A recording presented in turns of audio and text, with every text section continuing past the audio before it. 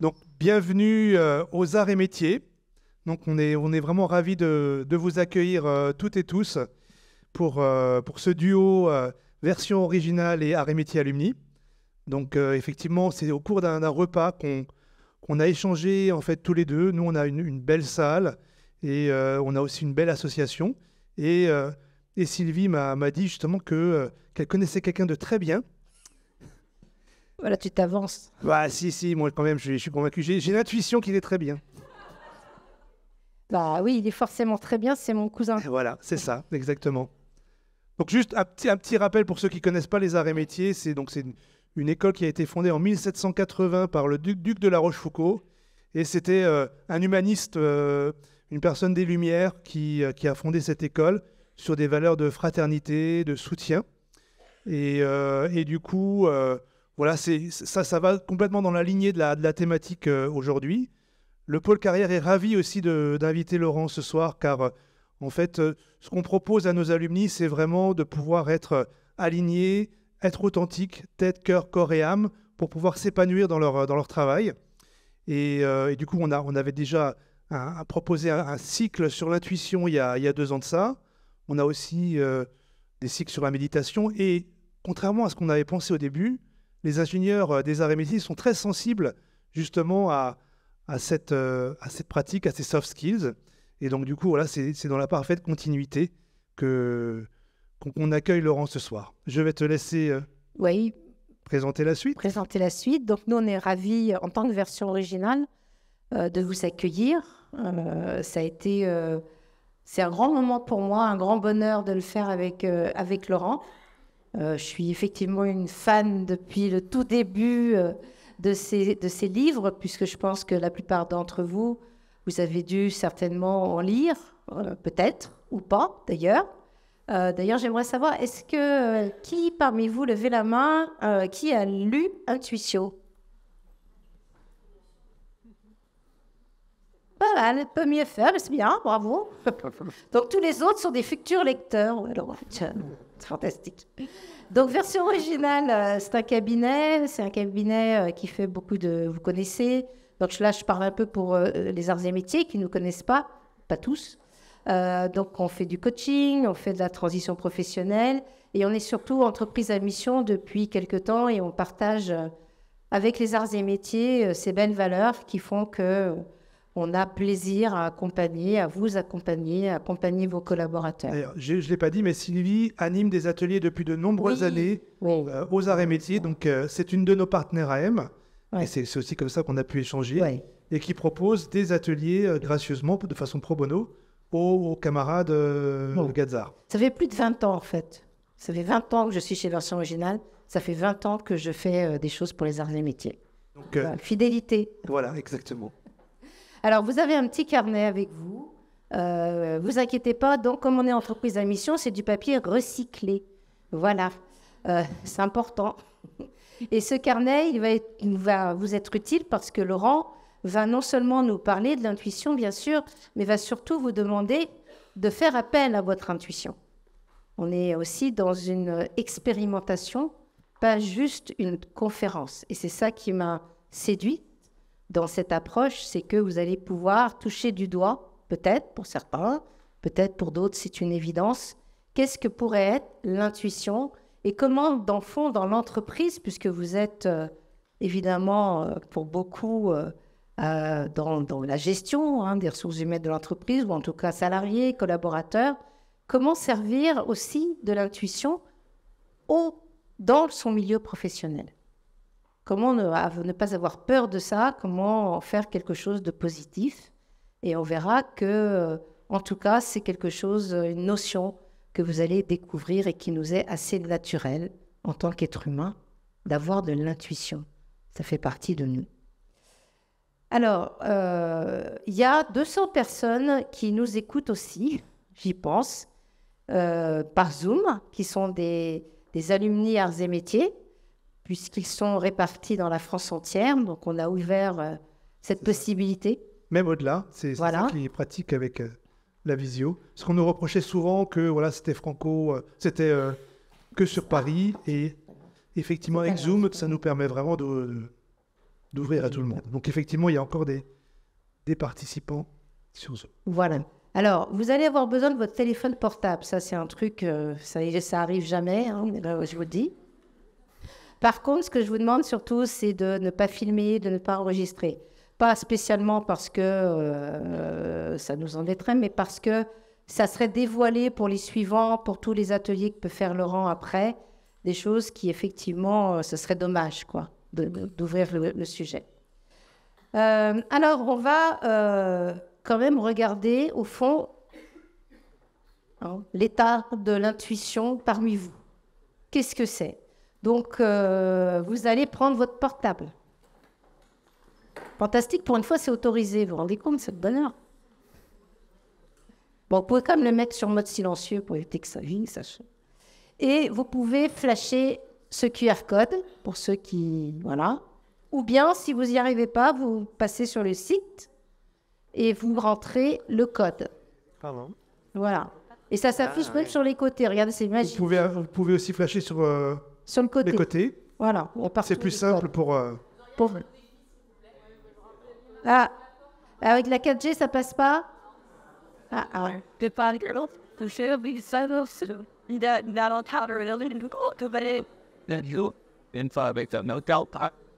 Et la 4, ça marche pas?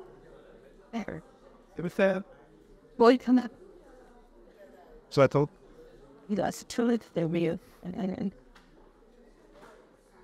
Qui a réussi à se connecter? Je vais vous le dire, c'est hôtel-am. Ça, une fois que vous êtes dessus, donc il faut que j'affiche le passe. Merci, Sodexo avec un S majuscule, @2023. Ah, merci Bertie. Attends, on va le mettre sur le... Attends, Bertie, passe-le-moi.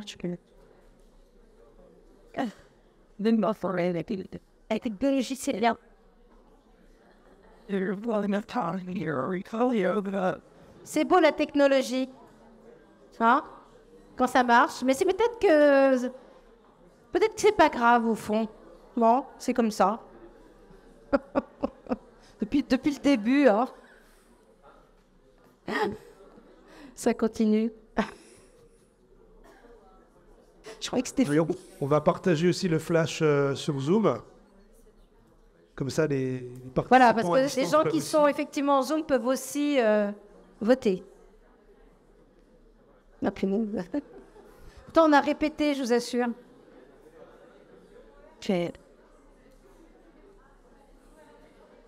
Attendez, ils font des essais là, c'est parce que... C'est les aléas du direct.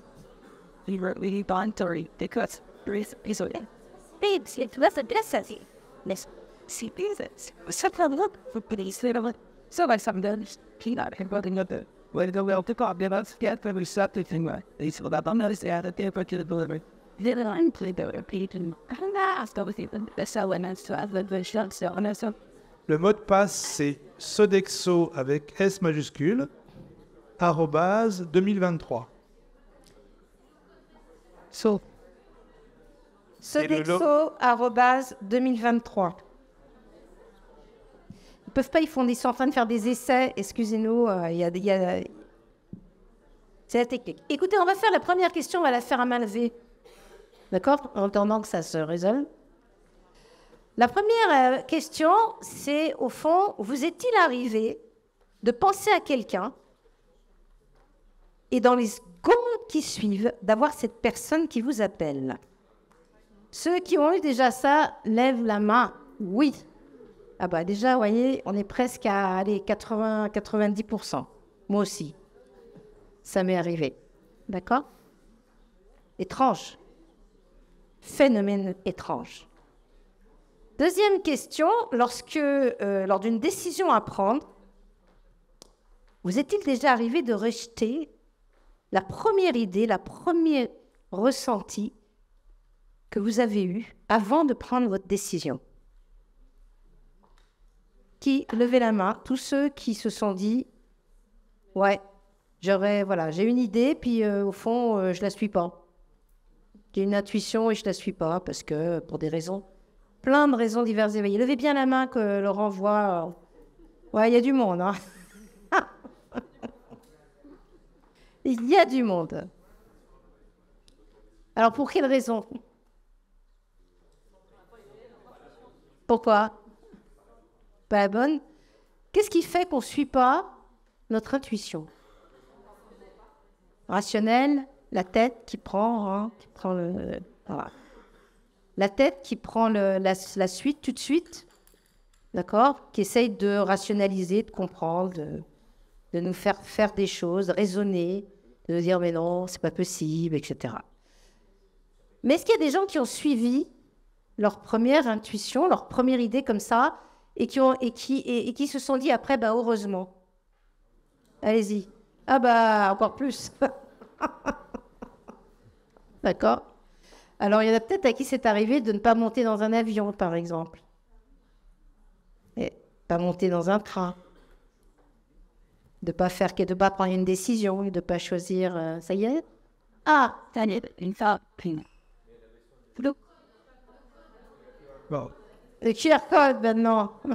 Et voilà. Tu dois revenir. Il est là.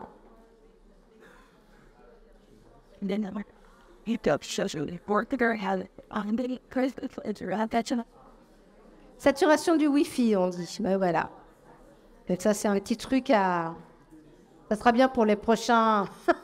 pour les prochaines conférences, on fait des expérimentations. Il faut quand même vous dire que cette salle, elle est toute neuve. Elle est vraiment... Voilà. On fait de...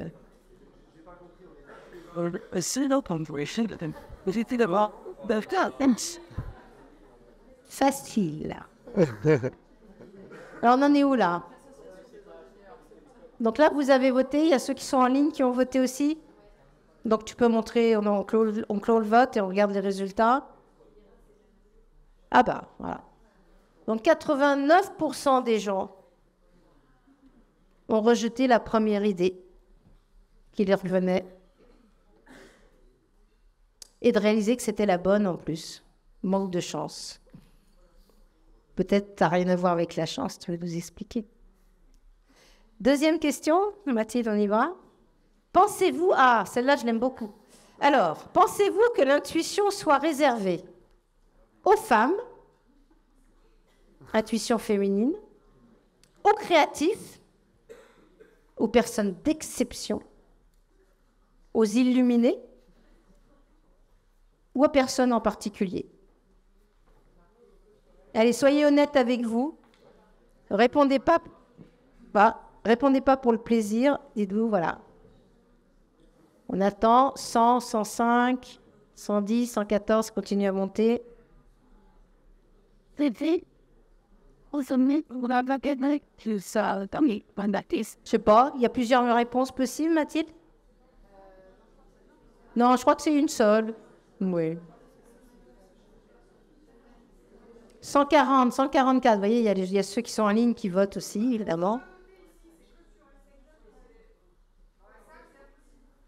Ah. Peut-être que vous avez déjà répondu. Bon, c'est pas très grave, vas-y. On va montrer les résultats. Oh, vous êtes fantastique. Je me demande si c'est très honnête comme réponse. J'ai un petit doute. Mais il y en a quand même qui pensent qu'aux personnes créatives, aux personnes d'exception, alors c'est vrai qu'il y a des grands scientifiques, hein, des personnes ont beaucoup d'intuition, mais effectivement, à personne en particulier, on verra ça tout à l'heure, si vraiment c'est vraiment destiné à tout le monde. Ensuite, on continue. Avez-vous le sentiment d'avoir déjà eu des intuitions dans votre vie professionnelle? Personnel. Je ne sais pas lire en plus. On y va, c'est parce qu'il y en aura une deuxième derrière. Alors, dans votre vie personnelle, on y va. Tous ceux qui veulent voter.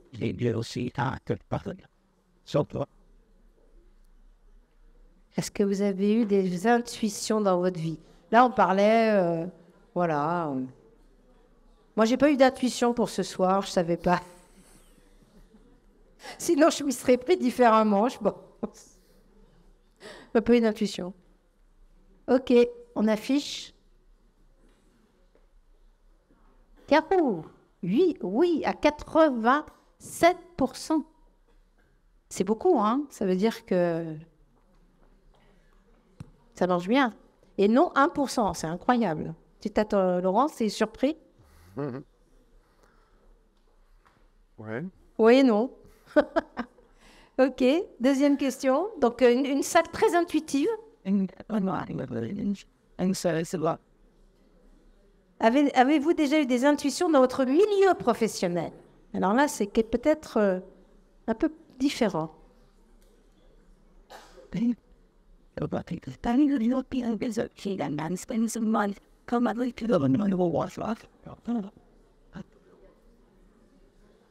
On y va. Tout le monde a voté. 130, ça continue à monter. Là, je crois qu'on a... Ouais. Je ne sais pas si on va pouvoir faire une étude après. Là.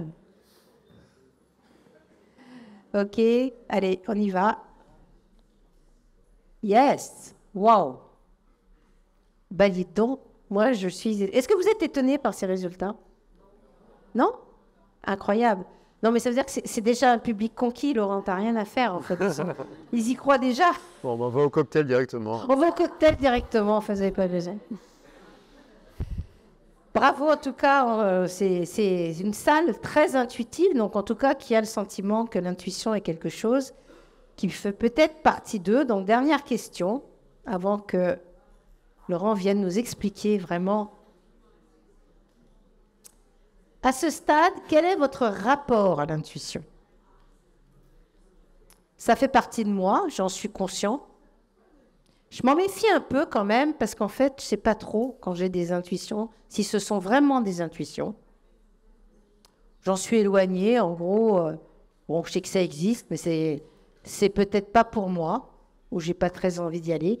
Ou j'aimerais vraiment développer mon intuition, c'est quelque chose qui... Voilà. Peut-être que je peux faire...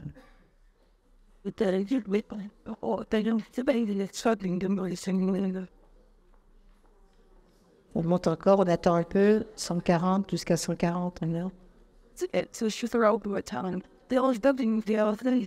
Can we lose old who's produce a saki was really in these? So it's it was seen out in the cut. Yeah, he's out to the tail. Il est en... De toute façon, c'est la dernière question, Céline, t'inquiète pas. C'est pas très... C'est pas... Alors, on y va? Allez. Ah!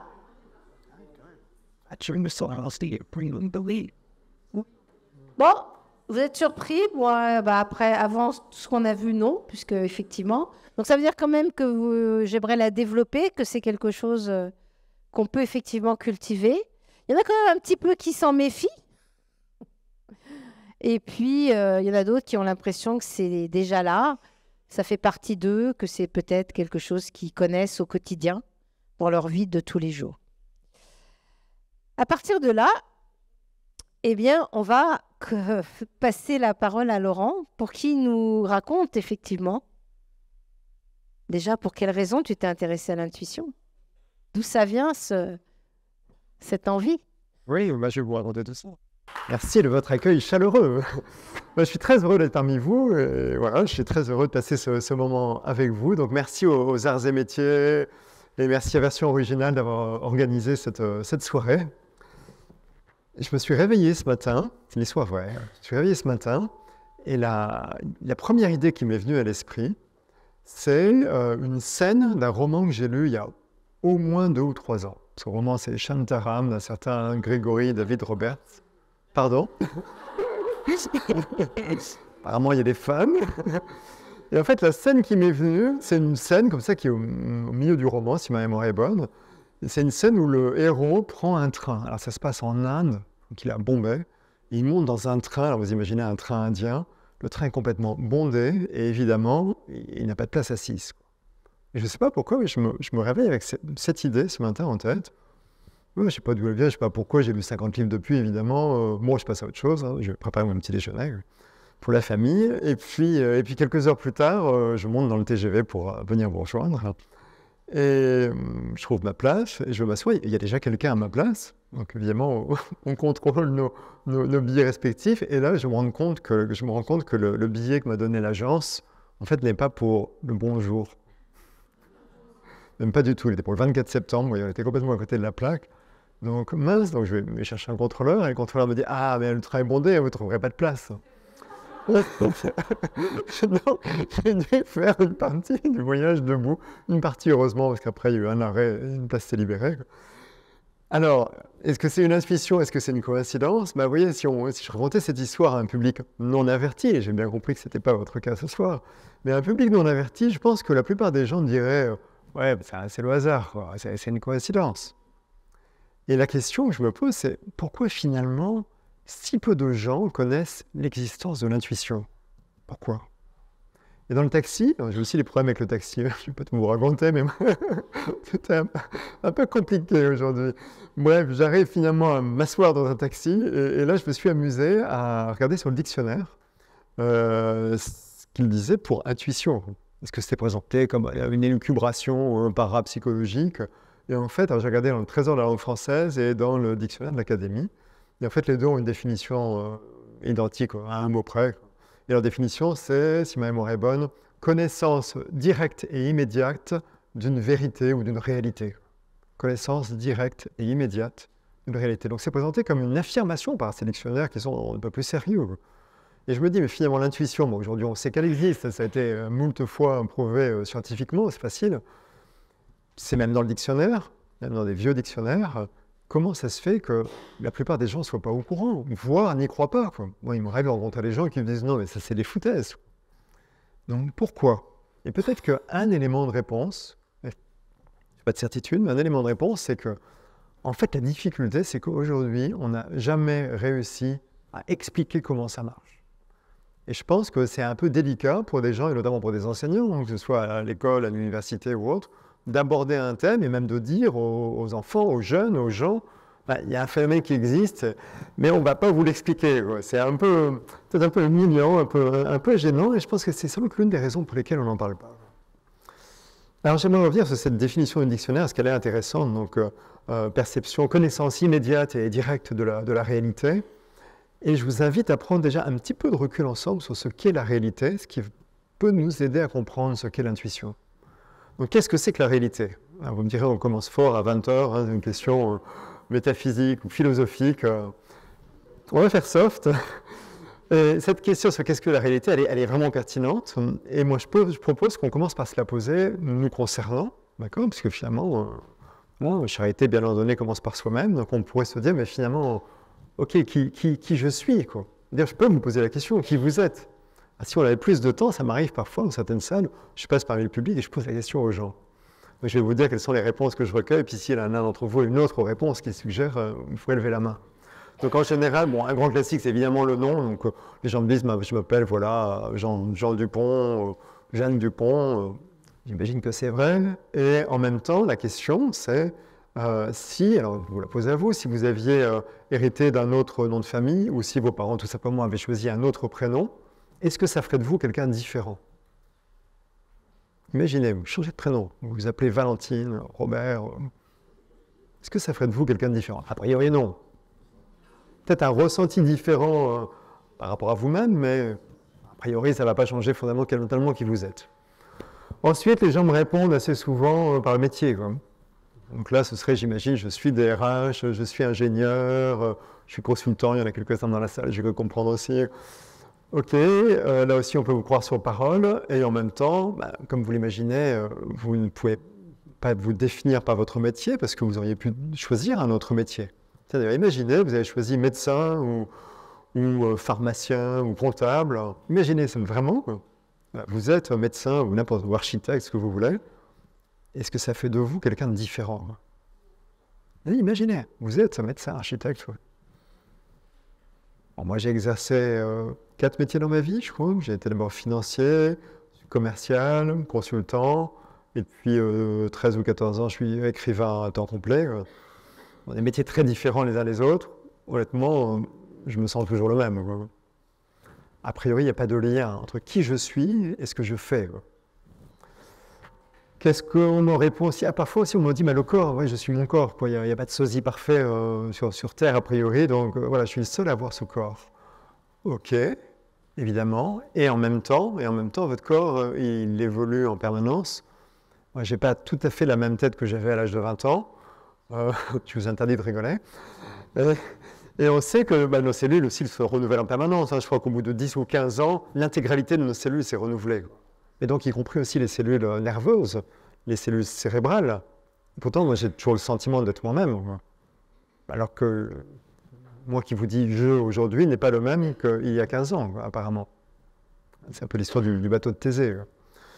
Mon corps, qu'est-ce qu'on m'a répondu d'autre? Ah oui, mes gènes aussi, c'est sans doute les plus scientifiques. Ils m'ont dit je suis mes gènes, voilà, c'est imparable. 7 ou 8 milliards d'êtres humains sur Terre, il n'y en a pas deux qui ont le même capital génétique. Oui, sauf si vous avez un frère jumeau ou une sœur jumelle. Et là, il ou elle a exactement le même patrimoine génétique que vous. Est-ce que ça fait de vous la même personne? Vous vous rendez bien compte que non. Donc en fait, c'est super dur de se définir. Et en fait, moi, je crois que moins on sait qui on est, et plus on a envie d'exister. Donc il y a un phénomène que les philosophes et les psychanalystes aussi d'ailleurs appellent l'ego. C'est cette partie de nous, d'une façon un peu imagée, cette partie de nous qui a besoin d'exister à nos yeux, mais surtout aux yeux des autres, et qui veut démontrer à la Terre entière qu'évidemment nous sommes les meilleurs, les plus intelligents, les plus beaux et tout ce que vous voulez. Donc cette partie en nous, en fait, qu'est-ce qu'elle va faire? Elle va choper des représentations de nous-mêmes, d'accord, des sortes de fausses identités qui nous permettent d'exister aux yeux des autres, mais aussi à nous-mêmes. Alors ces choses-là, ça va être, on va retrouver le métier, alors surtout si le métier est valorisant, donc plus vous avez un métier valorisant, plus vous pouvez être tenté de vous identifier à votre métier, quelque part à exister à travers lui, alors qu'on l'a vu, finalement, votre métier n'est qu'un attribut et vous auriez pu exercer un autre métier.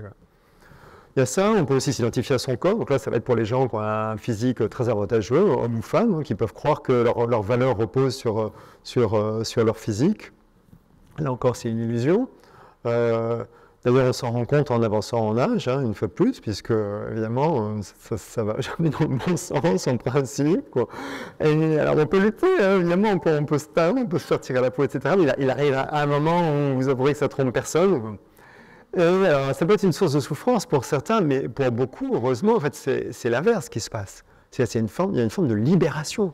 Les gens peuvent réaliser parfois tard en âge, après une certaine avancée en âge, que en fait, ils sont toujours pareils, on les aime toujours autant, et finalement, voilà, c'était une illusion, quoi. Ils ne sentent pas leur beauté, quoi. Il faut parfois être très vieux pour le réaliser, quoi.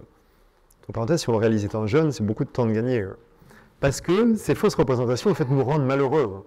Mais il y en a d'autres, donc je ne m'arrête pas sur la beauté. Ça peut être aussi, alors surtout, il y a beaucoup d'intello dans cette salle, on peut s'identifier à ses capacités cérébrales. On peut se dire, je suis mon intelligence, je suis ma culture, j'ai un QI à temps, etc. Mais là encore, non. Qu'est-ce qui se passe quand vous avancez en âge? Moi, j'ai 57 ans aujourd'hui. Je dois vous avouer que je n'ai pas tout à fait les mêmes capacités cérébrales qu'à 20 ans. Quand j'étais dans ma vingtaine, je faisais du théâtre amateur. Je me souviens que j'avais appris une fois 40 pages de répliques en 3 semaines. D'accord? C'est quand même costaud, 40 pages de répliques. Il faut connaître vos répliques, mais évidemment celles des autres, sinon vous n'en faites rien. Et il y a 3-4 ans, j'ai fait une conférence pour TEDx. Et TEDx, ils ne veulent pas que ce soit comme ici, où j'ai le droit d'improviser. TEDx, c'est américain, tout est hyper cadré, donc j'étais obligé d'écrire un texte et de l'apprendre par cœur. Mais vraiment par cœur, quoi. Avec répétition et tout, sérieux. Mon texte, il durait 15 minutes. J'ai mis 3 mois pour l'apprendre. J'ai plus tout à fait les mêmes capacités cérébrales. Bon, je suis peut-être un cas à part, mais je ne suis peut-être pas une exception non plus. Sauf que je me sens non seulement toujours moi-même, mais je me sens bizarrement plus moi aujourd'hui à 57 ans qu'à 20 ans. Je ne sais pas pour vous, pour tous ceux qui ont dépassé la vingtaine, vous vous sentez plus vous aujourd'hui ou à 20 ans? Alors qui se sent plus lui-même ou elle-même aujourd'hui qu'à l'âge de 20 ans? Ok, c'est marrant, c'est marrant. Vous êtes à peu près 85-90%. Donc c'est vrai par rapport à tout ça. Entre parenthèses, sur ces identifications de l'ego, il y a un moyen de savoir si lequel ou lesquels vous parlent. En fait, c'est que, c'est une croyance, on croit qu'on existe à travers notre métier, notre beauté, etc. Et bien en fait, à ce moment-là, si c'est le cas pour vous, vous vous sentez légèrement amoindri en présence d'une personne qui a un métier plus valorisant que le vôtre, ou même une femme qui est plus beau ou plus belle que vous, ou quelqu'un qui, qu'est-ce que j'ai cité d'autre encore, ou quelqu'un de plus cultivé que vous, par exemple, ou plus brillant intellectuellement que vous. Donc si en présence d'une telle personne vous vous sentez légèrement amoindri, c'est un signe que sans doute vous vous identifiez à cette part de vous-même. D'accord ? Il y a aussi un autre classique, c'est les possessions matérielles. Ça peut sembler bizarre, parce qu'évidemment vous vous dites, bah oui, je sais bien que je ne suis pas ma voiture, ou mon téléphone, ou ma maison, et pourtant là encore, vous pouvez croire, en toute bonne foi, que ces éléments disent quelque chose de votre valeur, quelque part. Et donc, il y a une forme d'identification. Et là encore, vous vous sentez amoindri en présence d'une personne qui a un plus beau téléphone, ou une plus belle voiture, une plus belle maison, ou je ne sais quoi encore. Tous ces éléments sont extérieurs à nous-mêmes. D'accord ? Et en même temps, en vous disant ça, je ne réponds pas à la question « qui sommes-nous » puisque je fais presque une définition par la négative. En fait, je vous ai dit tout à l'heure tout ce que nous ne sommes pas. Donc, qu'est-ce qui reste ?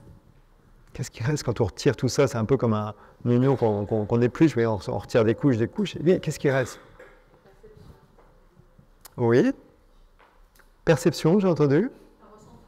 Un ressenti, oui. Et ça, c'est intimement lié à quoi ? C'est intimement lié à notre conscience. Alors, les scientifiques vont dire conscience, les religieux vont dire âme. Pour moi, c'est assez similaire, assez synonyme. Et en même temps, moi, je ne sais pas la localiser. Parce qu'une fois de plus, ma conscience, alors que même que les cellules de mon cerveau se sont entièrement renouvelées ces 15 dernières années, ma conscience, elle n'a pas évolué ou elle a évolué en continu. Il n'y a pas eu à un moment donné un stop pour repartir avec une nouvelle conscience, une nouvelle image de moi-même, d'accord ? Donc c'est super dur, en fait, de savoir qui nous sommes. Donc je reviens au thème. Qu'est-ce que la réalité ? Donc on s'est posé la question par rapport à nous-mêmes, on a vu que ce n'était pas facile de répondre. On peut aussi se poser la question par rapport au monde qui nous entoure.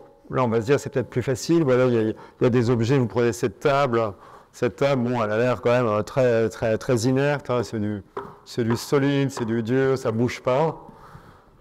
Oui, quoique, alors, pour les ingénieurs de la salle, évidemment, vous le savez, si on zoome, enfin tout le monde le sait, je pense que si on zoome avec un microscope électronique, non seulement on va voir les molécules et même les atomes qui composent les molécules, mais si on zoome encore un peu plus, on va voir les photons, les électrons, les neutrons qui composent ces particules. Et puis même, en zoomant encore plus, c'est sans doute pas le terme adéquat d'ailleurs, mais on peut voir les particules élémentaires, je crois qu'on appelle ça les quarks, c'est ça, ou les quarks, je ne sais jamais comment on le prononce.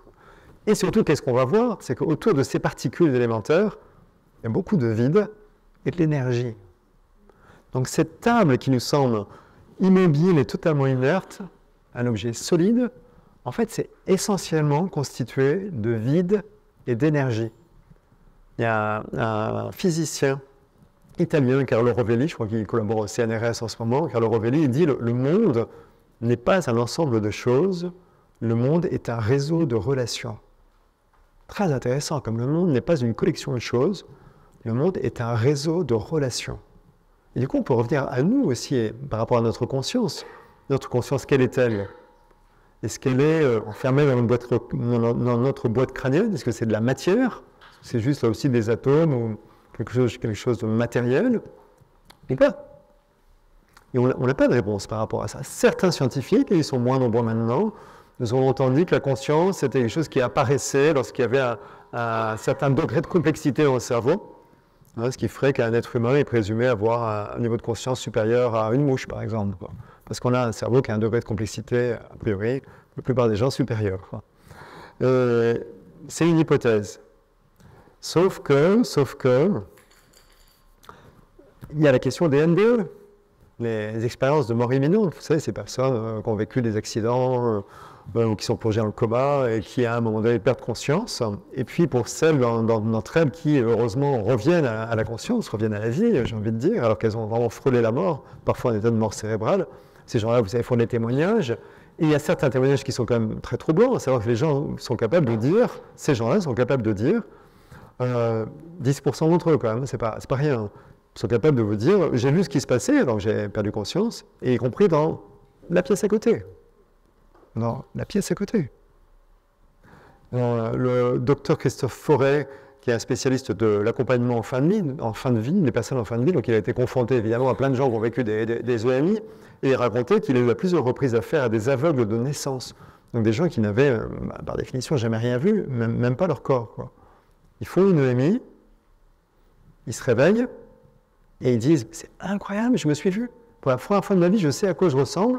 Ils sont capables de décrire précisément la pièce dans laquelle ils se trouvent. Ils ne peuvent pas tricher, parce qu'ils sont de nouveau aveugles, hein, bien sûr. Et ils peuvent aussi décrire ce qui se passe, ce qu'ils ont vu dans la pièce à côté. Et très précisément, ils vous décrivent tout le mobilier, ce qu'il y a au mur, les affiches, etc. On ne sait pas l'expliquer. Donc, est-ce que c'est notre conscience qui se déplace et qui va chercher des informations, ce qui accréditerait certaines hypothèses des physiciens quantiques selon lesquelles le temps et l'espace n'existent pas. Pour le temps, on en parlera encore tout à l'heure avec l'intuition, mais en tout cas l'espace. Est-ce que notre conscience est capable de se déplacer dans l'espace parce que l'espace n'existe pas? C'est tentant de le penser. Est-ce que c'est l'information qui vient à nous?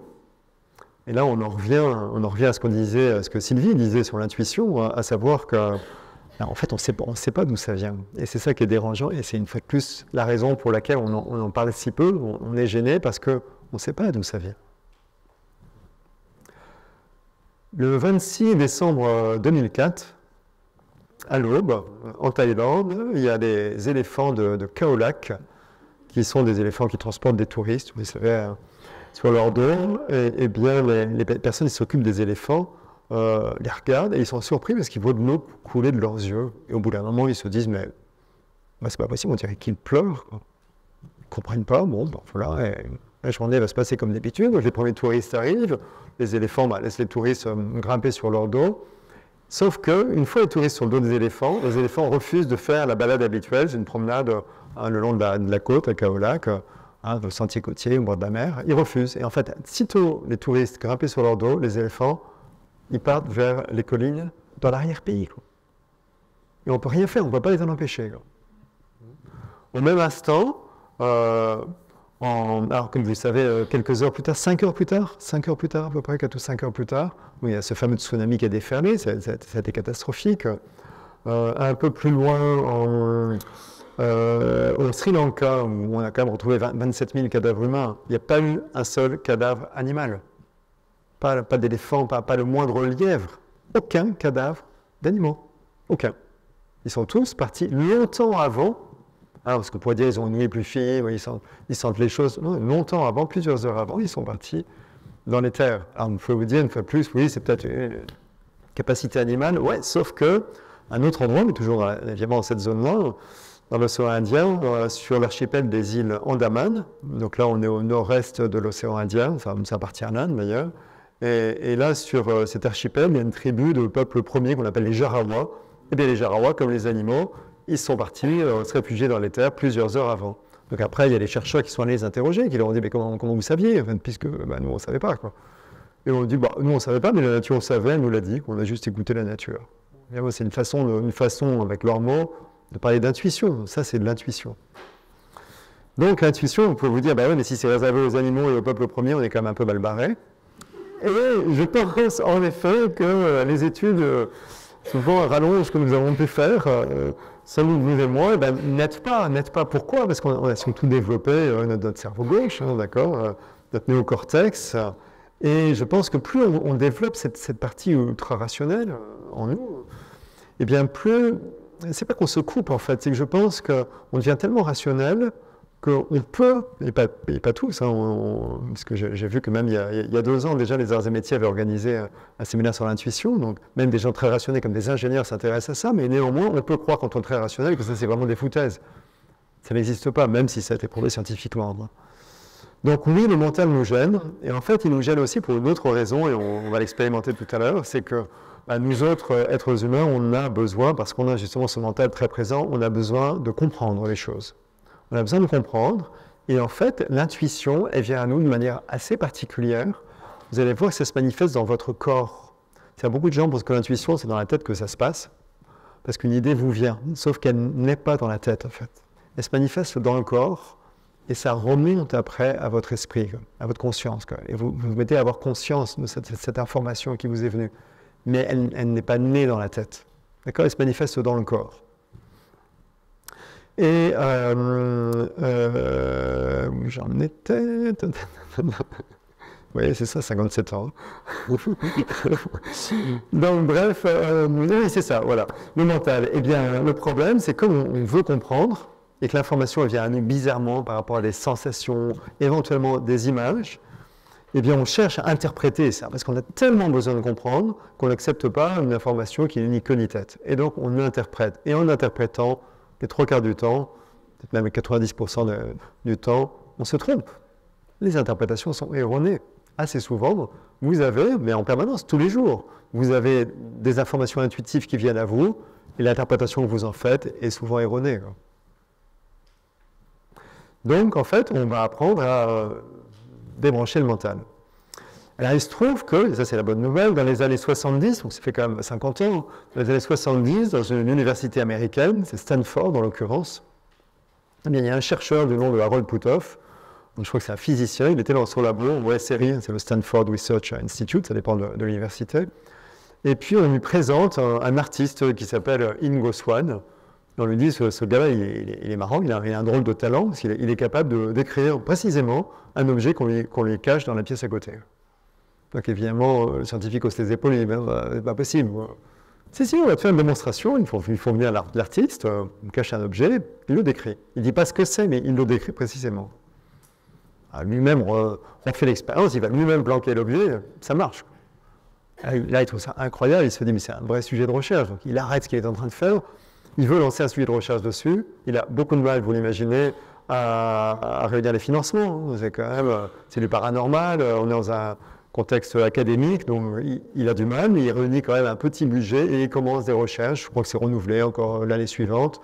Et au bout d'un moment, en fait, lui, ce qu'il voulait, c'est comprendre comment ça marche, il n'a jamais réussi, être capable de le reproduire. Et là, il a réussi.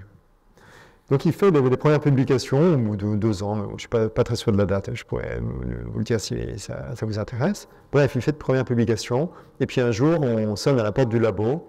Alors, on a l'impression que c'est un film d'Hollywood que je vous raconte, mais je vous jure que c'est la réalité. On sonne à la porte du labo, 2 hommes avec des costumes sombres et des cravates, qui arborent des badges de la CIA. Vraiment, et qui lui disent, voilà, on a vu votre publication, on s'intéresse à vos travaux, et on vous propose de les poursuivre dans le cadre de la CIA, et on vous les finance. Évidemment, il venait de lâcher le mot magique.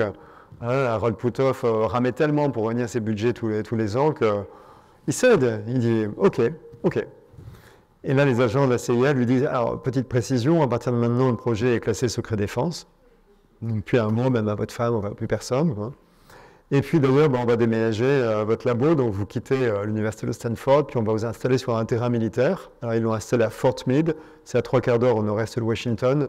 C'est un terrain qui abrite aujourd'hui la NSA, tu sais, les grandes oreilles américaines qui nous surveillent, même nous, Français. D'ailleurs, c'est pas hasard, ils ont mis ça dans ce terrain-là. Donc ils ont installé des baraquements à l'époque, j'ai vu les photos, des baraquements militaires, donc sur ce terrain militaire, et on a mis à disposition d'Harold Puthoff une équipe de militaires, secret défense, il ne fallait pas que ça sorte. Et tous les ans, pendant, tenez-vous bien, 25 ans, le Congrès américain a voté un budget de plusieurs millions de dollars, tous les ans, attribué à ce projet qui a porté un nom pas très sérieux, puisque c'est Stargate en l'occurrence, mais c'est son vrai nom, je vous le donne. C'est pas leur faute si ensuite il y a une série télévisée qui a porté ce nom-là, paraît-il. Donc voilà, projet Stargate, ça a duré 25 ans. Ils ont travaillé, ils ont développé la méthode. Donc aujourd'hui, la méthode, elle existe. C'est tombé dans le domaine public il y a quelques années seulement. La méthode existe. Et puis, ils travaillaient dessus. Alors, ils travaillaient pourquoi? Vous pouvez vous demander. En fait, les espions américains en URSS, c'était l'URSS à l'époque, savaient que les Russes investissaient l'équivalent en dollars, donc l'équivalent en roubles de millions de dollars pour des recherches dans ce domaine. Ils se sont dit, bon, c'est peut-être des conneries, mais si ça marche, mieux vaut quand même ne pas se laisser distancer. Donc, c'est pour ça qu'ils ont repéré Puthoff et qu'ils ont financé ses recherches. Puis le fait est que ça s'est avéré très vite assez probant, sachant qu'à l'inverse, le reproche qui a souvent été fait, notamment par les congressmen qui votaient ce budget, c'était vos informations sont justes, mais on ne peut jamais rien en faire. Et c'est vrai, je vais d'ailleurs vous donner un exemple, si vous voulez, qui illustre ça. Parmi les membres de l'équipe, il y avait un certain Paul Smith. J'ai été mis en relation avec lui, Paul, il est toujours vivant. Il était major de l'armée américaine, il a été chef du renseignement à Washington. Et Paul, il a travaillé 7 ans, il a consacré 7 ans de sa vie au projet Stargate à Fort Meade. D'accord? Donc, il faisait partie de l'équipe d'intuitifs recrutés par Harold Puthoff. Et il m'a raconté que, par exemple, un jour, ses supérieurs lui ont demandé quel sera l'événement le plus important pour les États-Unis dans la semaine à venir. Et donc, il déroule le protocole. La méthode est assez longue, donc ça dure à peu près 3 quarts d'heure. Donc, il déroule le protocole. Et au bout de 3 quarts d'heure, en fait, il a eu surtout des éléments visuels, d'accord, pas auditifs ni autres. Visuel, donc il a fait un dessin. Il a remis un dessin à ses supérieurs. Le dessin, je l'ai vu, il en a gardé une copie, quoi. On voit clairement le dessin de... Alors, ça, c'est l'interprétation qu'on en fait. Hein. C'est important de faire la distinction entre la perception et l'interprétation. Donc, mon interprétation, c'est un bateau, quoi. Ça ressemble vraiment à un bateau, puis il y a quelque chose, un objet qui avance vers le bateau qui ressemble à un avion. D'accord? Et ça, c'est l'interprétation. C'est-à-dire, l'intuition ne dit pas ce que c'est. Vous le verrez tout à l'heure, j'espère. L'intuition vous donne des éléments et vous ne savez pas forcément quoi en faire. Et il faut bien se garder d'interpréter parce que c'est là où on se trompe en général. Et on met le dessin à ses supérieurs qui disent « Ok, qu'est-ce qu'on en fait ?» C'est à chaque fois la même conclusion, ils n'ont rien pu en faire. Sauf que 5 ou 6 jours plus tard, il y a une frégate américaine qui s'appelait malheureusement l'USS Stark, qui croisait dans les eaux au large de l'Irak et qui s'est pris un missile français d'ailleurs, un Exocet, et qui a coulé, quoi. Enfin, qui a coulé, où il y a eu un gros dommage, en tout cas il y a eu 13 morts, je ne sais pas combien de blessés, enfin, ça a été une catastrophe, quoi. J'ai vu la photo de l'USS Stark, vous la trouvez sur Internet, c'est la copie conforme du dessin réalisé par Paul Smith. Sauf que ce n'est pas un avion, c'est un missile, évidemment, qui avance. Donc il avait capté l'information. Ce qui est troublant, encore plus troublant, je dirais, parce que tout est troublant dans cette affaire, quoi, dans l'intuition, mais c'est qu'on parle d'un élément futur, d'un élément qui n'avait pas encore eu lieu, quoi. Parce qu'on pourrait dire, ok, passe encore d'être capable de décrire l'objet dans la pièce à côté. Au moins, la première fois que ça m'est arrivé, je tremblais de tout mon corps. Tellement ça ne correspondait pas à ma vision du monde. Je me disais, là, ce qui vient de se passer est juste pas possible. Je ne comprenais pas, quoi. Honnêtement, ça me fait bizarre. Mais maintenant, je suis habitué, quoi. Mais c'est une chose, j'ai décrire l'objet caché dans la pièce à côté, c'en a une autre, d'anticiper un événement futur. Et là encore, on ne sait pas l'expliquer. Donc ça a été le gros échec de cette équipe de recherche, en fait, c'est qu'ils n'ont jamais pu expliquer comment ça marchait. À un moment donné, Puthoff s'est dit, ça doit être des ondes électromagnétiques, donc ils ont pris leur hyper intuitif favori, donc l'artiste, Ingo Swann, ils l'ont mis dans un sous-marin. Je vous jure, c'est vrai, mais évidemment, ils avaient les moyens militaires, ils ont affrété un sous-marin exprès pour ça, ils ont mis Ingo Swann dans le sous-marin, ils ont calculé la profondeur de plongée pour minimiser, je crois qu'on ne peut jamais les empêcher complètement, mais minimiser le passage des ondes électromagnétiques, ils ont calculé la profondeur. Sauf que ça a marché très bien. On travaillait sur un jeu, sur un lieu mystère, et Ingo Swann était parfaitement capable de décrire le lieu en question. Ça marche. Donc ce ne sont pas des ondes. On ne sait pas comment ça marche. Il y a des hypothèses, mais ce ne sont que des hypothèses. On n'a rien pu prouver. Donc, parmi les hypothèses, le monde serait information. Finalement, on baignerait dans l'information. Elle serait là tout autour de nous. L'information aussi bien concernant le passé que le présent ou le futur. Et cette information, une fois de plus, pourrait se manifester en nous, dans notre corps. Notre corps serait un peu un miroir de l'information. C'est intéressant parce que si j'ai baptisé mon roman que tu citais tout à l'heure, Sylvie, Intuitio, c'est qu'intuitio en latin, ça signifie... Alors non, j'ai paumé la définition. Il y a un truc avec le miroir. C'est l'image réfléchie par un miroir, c'est ça, intuitio, l'image réfléchie par un miroir. Et c'est vachement intéressant parce qu'en effet, notre corps sert un peu de miroir à la réalité, oui. La réalité va se manifester dans notre corps différemment pour chacun d'entre nous. Donc pour moi, je ne vais pas taper parce que j'ai un micro, mais pour moi c'est plutôt dans le bide que ça se passe, quoi. Donc je ressens les choses dans mon ventre, d'accord. Pour d'autres, il paraît que c'est dans les mains. Pour d'autres, il paraît que c'est même aussi dans les mouvements des cils. On ne peut pas savoir. Mais ce qui est intéressant, évidemment, pour apprivoiser son intuition, c'est d'être à l'écoute de son corps, donc déjà d'être bien ancré dans son corps pour ressentir un certain nombre de choses. Et c'est ça qui, après, peut vous aider, mais on en parlera tout à l'heure, je pense, en termes de prise de décision, par exemple, pour ne pas uniquement, même si c'est très précieux par ailleurs, mais pas uniquement réfléchir quand on a une décision à prendre. D'accord, donc voilà, ça c'est une hypothèse, le monde est l'information vient à nous et elle remonte à travers notre subconscient à notre conscience. Et la méthode, en fait, fait rien de plus que de permettre, de faciliter le passage de l'information, en fait, du subconscient au conscient. D'accord ? Bon, la méthode, elle est quand même assez bluffante parce qu'elle permet potentiellement d'avoir accès, tenez-vous bien, je sais que c'est pas crédible, mais c'est la vérité, à n'importe quelle information dans le monde, quoi. N'importe quelle information, vous pouvez tout savoir. C'est juste un truc de dingue, quoi. Mais voilà, c'est vrai. Je l'ai testé un certain nombre de fois, je l'ai testé sur un lieu mystère, j'ai testé sur des objets mystères, j'ai testé une fois sur un événement, je peux même vous raconter, je me souviens. on me demandait de travailler sur un événement, donc je ne savais pas de quoi il s'agissait. Et on me donnait 0 indice, je vous donnerai 0 indice tout à l'heure, vous travaillerez à votre tour. Et donc je déroule le protocole qui est assez long, on fera une version super light tout à l'heure, mais qui marche quand même, néanmoins. Donc je déroule le protocole et je commence à capter des informations et je capte de l'eau notamment. Et je me dis, ah mais il y a de l'eau, il y a de l'eau. Dans cet événement, il y a de l'eau, ok. Après, je sens des présences humaines, ok, il y a des gens. J'entends de la musique, il y a les gens, de la musique. Je perçois des mouvements, et je perçois des mouvements en rythme avec la musique. Je me dis, ok, ils dansent. Il y a de la musique, ils dansent, bref, ils font la fête. Et puis je crois que je perçois aussi des odeurs de nourriture. Donc, ok, donc là j'interprète, donc ça va être une fête, il y a des victoires. Sauf que je perçois aussi, je commence à capter une émotion. Et l'émotion que je capte, elle ne colle pas avec le reste. L'émotion que je capte, c'est la peur. Pour eux, quand on a peur, a priori, on ne fait pas la fête. Quand on fait la fête, on n'a pas spécialement peur. Hein. Donc je dis à l'instructeur, je dis, bah, là je crois que ça n'a pas marché, je capte vraiment de la peur et je ne veux pas le rapport. Et là, il me révèle l'événement en question, c'est l'arrivée de Bougainville à Tahiti au XVIIe siècle. Moi, je ne connaissais pas cet événement historique, donc il m'a révélé qu'en fait, quand les Français sont arrivés à Tahiti, ils n'étaient pas les premiers. Il y avait d'abord les Anglais qui étaient arrivés quelques temps plus tôt, et quand les Anglais ont débarqué à Tahiti, en fait, les Tahitiens, ils ont sauté à bord de leur pirogue et ils ont pris d'assaut les navires anglais, ouais, puis j'imagine avec leurs arcs et leurs flèches, donc vous imaginez évidemment comment les autres ont réagi en face. Donc ça a été un carnage, et quand les Français sont arrivés à leur tour, les Tahitiens ont eu super peur, et ils se sont dit on ne va pas recommencer la même erreur, donc on ne va pas les attaquer, et là, ils ont une idée super créative, ils se sont dit on va faire la fête, on va organiser une super fête pour bien les accueillir, dans l'espoir qu'ils nous épargnent. Donc ils ont fait une fête, mais c'est la peur au ventre qui faisait la fête. C'était il y a 3 siècles, 3 ou 4 siècles. Et donc, le temps n'existe pas. Vous pouvez percevoir des éléments du présent, du futur ou du passé. Vous pouvez percevoir n'importe quel élément, des émotions, des informations sur les personnes, sur les lieux ou sur les objets. Donc, évidemment, je trouve que ça ouvre le champ du possible.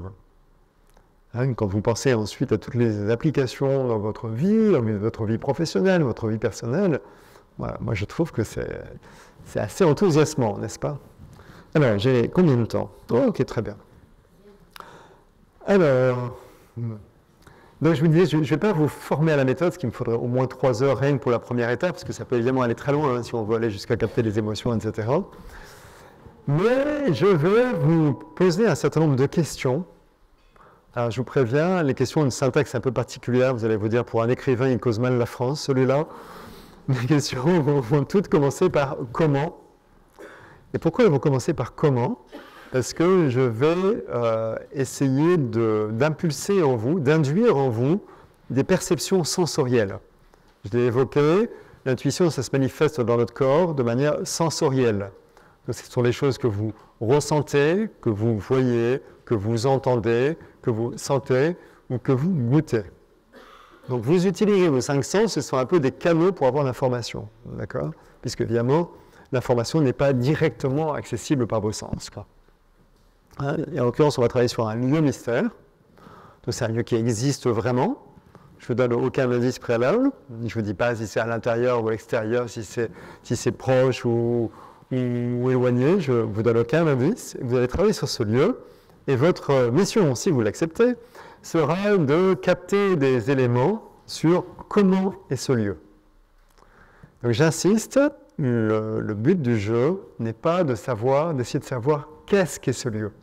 Parce que si vous essayez de savoir qu'est-ce qu'est ce lieu, vous allez activer votre mental. Et là, les amis, c'est plié. C'est plié. Alors je sais que c'est super dur c'est facile de dire il faut débrancher votre mental, c'est beaucoup plus dur de le faire en pratique, d'accord, mais il m'a fallu un certain temps pour réaliser qu'en fait il suffit de devenir bête. Alors déjà il faut l'accepter, hein. Devenir bête, c'est-à-dire se dire ok, qu'est-ce que je ressens, alors c'est comment, les sons, qu'est-ce que je ressens, et surtout se poser aucune question. Moi, je me souviens au début, quand quelque chose me venait, moi, je suis du genre torturé des méninges, quand je me disais, ah ouais, attends, là, il y a un truc qui me vient, mais est-ce que c'est une création de mon esprit, ou est-ce que c'est des choses que j'ai vraiment ressenties? Vous ne posez pas de questions, d'accord? Il faut être vraiment l'idiot du village. Je vais vous dire c'est comment, et vous avez un truc va venir, vous le notez, point barre. Ok?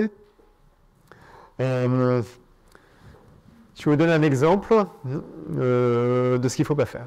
Je sais que sur le plan pédagogique, c'est pas top, et en même temps, ça illustre bien. Alors, admettons qu'on ne travaille pas sur un lieu, mais un objet mystère, et je cache ceci à côté. Ça pourrait vous faire penser à quoi d'autre qu'une bouteille, par exemple? Un objet de même forme, même dimension, même poids, même consonance, ça pourrait être quoi, je sais pas. Un vase, très bien. Ouais. Donc imaginez, voilà, vous n'avez aucun indice, je vais cacher cette bouteille dans la pièce à côté, on travaille dessus. Je vous dis, comment sont les formes que vous percevez? Et puis là, vous percevez une forme un peu en longueur, comme ça, 35 cm de haut, ok. Comment est la matière? Comment est le son quand vous tapez dessus? Et là, vous dites, ah, ça sonne comme du verre. Ok, ça sonne comme du verre. Ça, c'est une perception. Et le risque, et qu'il ne faut surtout pas faire, c'est que votre cerveau s'en empare et se dit, attends, 35 cm de haut, ça sonne comme dans du verre. Un vase, évidemment, c'est un vase, je trouve, je suis super attentif hier, je vais raconter à ma femme ou à mon mari ce soir. Ok, non. Il faut que je m'éloigne des... Voilà. Bon, ça va le son pour vous? Ok. Donc, n'interprétez pas, les interprétations sont fausses. Je sais que vous avez désespérément envie de savoir ce que c'est. Et non. Acceptez d'être frustré, acceptez d'accueillir une information totalement dénuée de sens. Vous allez voir des formes, peut-être des odeurs, peut-être des sons, je dis peut-être que je ne veux vraiment pas vous influencer, peut-être des sons, peut-être des éléments sur la température du lieu, peut-être... Vous notez, vous ne cherchez pas à comprendre. Ok? Quand je vous montrerai après la photo du lieu en question, vous serez forcément déçu, obligatoirement. Pourquoi? Parce que ça ne correspondra pas aux interprétations que vous vous êtes faites. Ok? Donc, ce qu'il faudra faire quand vous verrez la photo qui vous décevra énormément, vous direz « Ah, mais j'ai vraiment pas visualisé ça », c'est lire, c'est pour ça que vous avez un papier, qu'il y a une trace écrite pour vous. Vous allez lire votre papier et lire les éléments que vous avez perçus, et à vous après de dire, voilà, pour vous, à quel point, oui ou non, les éléments captés sont présents dans le lieu, même si vous n'avez absolument pas visualisé ce lieu-là. D'accord? C'est dérangeant au début d'accepter une information dénuée de sens et la laisser telle qu'elle. Ok, des questions, avant de lancer la perception de l'exercice. Des questions? Oui? Est-ce que j'ai pas l'intuition que... Non, pas du tout. Pas du tout. Mais je vous parlerai après de mon utilisation de l'intuition, si vous voulez. Non, j'ai pas eu d'intuition en l'occurrence. Non, mais ce matin, c'était peut-être une intuition, en effet, par rapport au train, au voyage debout. Je ne peux pas le prouver, bien sûr. Mais il y a des chances. Ok, d'autres questions? Alors, il va vous falloir un papier et un crayon. Est-ce que tout le monde a un papier et un crayon? Oui, éventuellement, qui n'en a pas? Bon, c'est bon pour tout le monde. Ok, génial, super.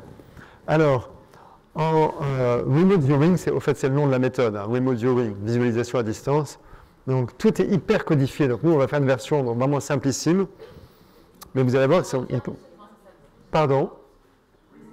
Remote, R-E-M-O-T-E, viewing, V-I-E-W-I-N-G.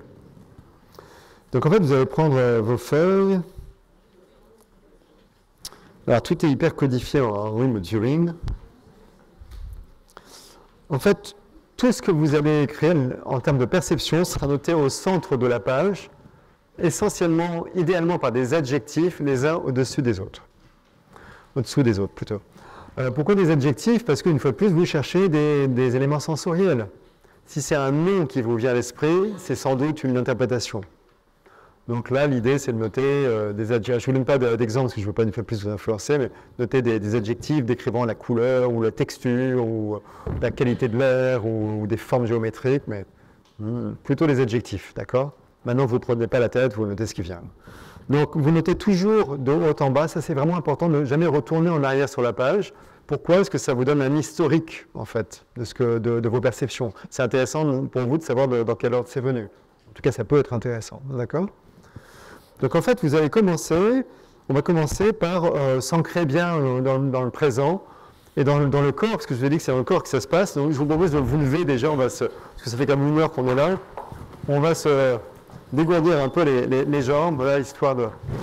Voilà, très très bien, vous pouvez secouer les bras, les jambes comme vous voulez, puis vous vous rasseyez dans une posture, une position confortable. Confortable, ça veut dire un peu comme en méditation, vous voyez, ni avachi, ni trop raide, quoi. Plutôt droit, mais confortable, les pieds au sol. Ah ouais, vous asseyez. Posture confortable. Et vous prenez quelques instants pour sentir votre corps, pour habiter votre corps. Ouais, si vous êtes beaucoup dans vos pensées, voilà, là vous êtes dans votre corps, vous ressentez votre corps, peut-être les points de contact de votre corps avec la chaise, avec le sol, le dossier. Vous êtes bien dans votre corps. Et puis pour nous aider à ancrer le présent, vous allez écrire sur votre page, en haut à gauche, votre prénom, votre nom. En dessous, alors en haut à gauche, en dessous, mais toujours à gauche, le lieu, donc la maison des arts et métiers. La date, le 2 octobre. L'heure, il est 20h37. Vous allez mettre instructeur, et là vous mettez mon nom, Laurent. Et puis ce sera tout pour commencer. Ensuite, alors prenez vraiment un instant pour vraiment prendre conscience de où vous êtes, de quand vous êtes, pour vraiment bien habiter l'instant présent. Et puis ensuite, je vais vous inviter à noter tout ce qui pourrait vous perturber dans le quart d'heure qui vient. Ça va durer 15 minutes. Hein. Donc tout ce qui pourrait vous perturber. Donc vous allez écrire toujours à gauche, hein, en dessous votre nom, la date, etc. Perturbateur. Et sous ce mot, vous notez des choses. Alors ça peut être des perturbations externes, genre le bruit, la température, la lumière. Ça peut être des perturbateurs internes. Vous avez faim, vous avez chaud, vous avez sommeil. Ça peut être aussi des perturbateurs internes en termes de pensée, genre pensez à la facture d'électricité à payer. Alors ça peut être utile d'y penser, mais dans 15 minutes, donc notez-la, comme ça vous retrouverez l'idée après. Donc voilà, vous notez tout ce qui pourrait vous perturber. Pourquoi on fait ça? En fait, c'est que ça aide à s'en libérer. D'ailleurs, une fois que vous l'avez noté, vous pouvez faire un geste symbolique de la main qui vous aide tout aussi symboliquement à chasser ça de votre esprit. Voilà. Ça ne vous perturbera pas pendant 15 minutes. Je vous laisse 1 ou 2 minutes pour ça.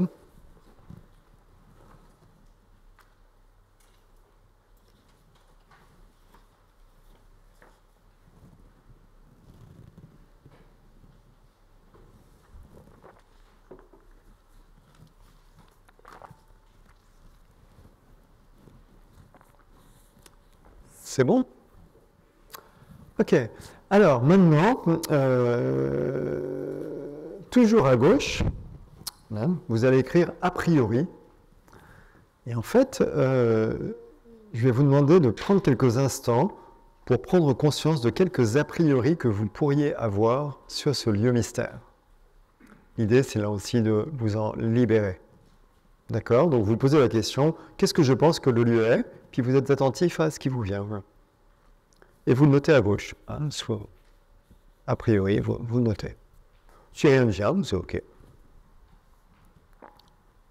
Et vous pouvez avoir 1, 2, 3 ou 10 idées, hein, ou aucune. S'il n'y en a aucune, vous tirez un petit trait. À partir de là, moi, je vais garder mes feuilles en main pour être sûr que ma langue ne fourche pas et que je ne vous induis pas une idée ou un a priori, justement. Je ne donne pas un indice.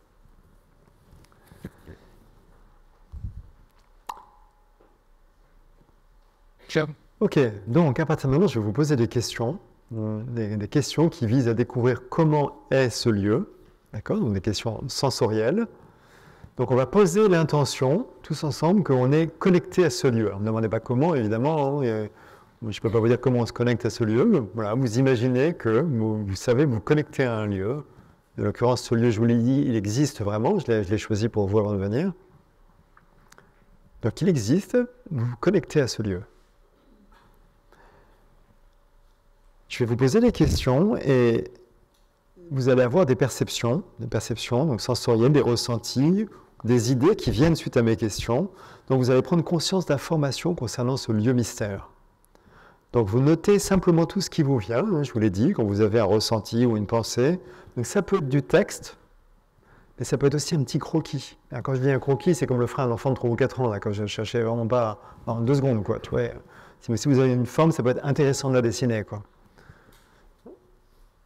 Voilà, donc ces questions sont sensorielles, car l'intuition est essentiellement sensorielle, je vous l'ai dit.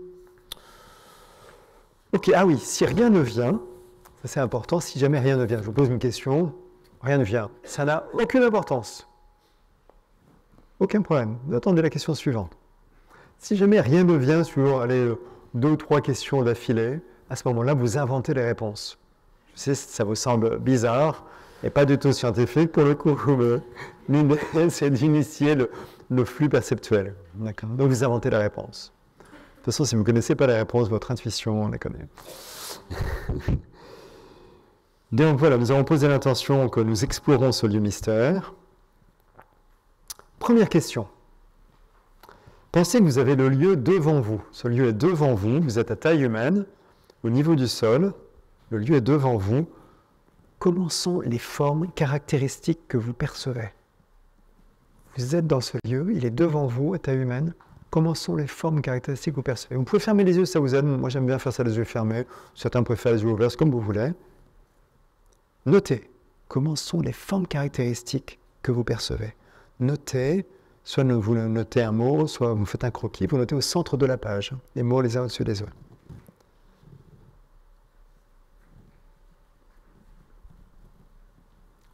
Là, nous sommes toujours dans ce lieu, il est devant vous, vous y êtes.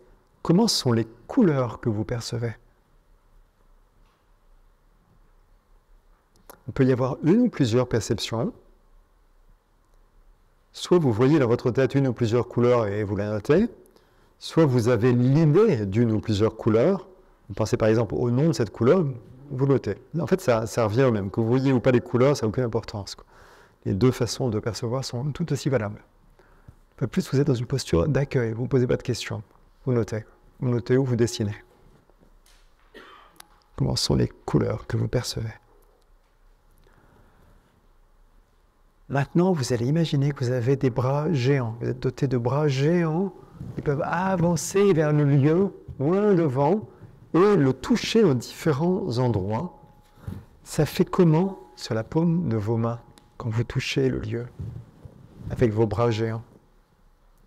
Ça fait comment quand vous touchez l'une après l'autre différentes parties du lieu?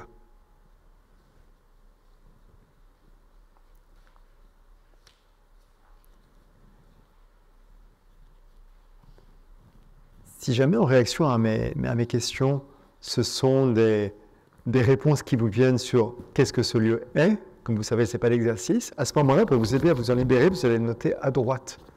Vous notez par exemple interprétation, puis vous notez l'image qui vous est venue, d'accord? Et puis il y a un petit geste symbolique là aussi pour le chasser de votre esprit, d'accord? Parce que ce n'est pas ça, c'est une interprétation.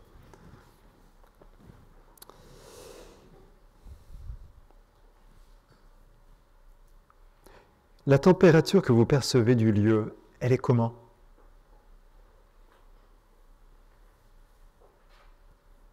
La température que vous percevez du lieu. Vous pouvez déplacer vos mains dans le lieu pour sentir.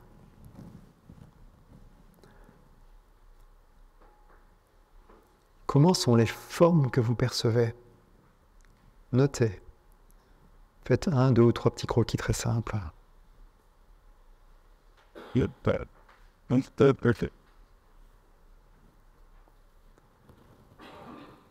Alors maintenant, imaginez que vous avez le pouvoir de réduire le lieu jusqu'à ce qu'il fasse 2 cm de côté. Vous voyez, tout est possible, c'est juste une question d'intention. Et vous le prenez et vous le mettez dans votre bouche. Comment est le goût que vous avez dans la bouche?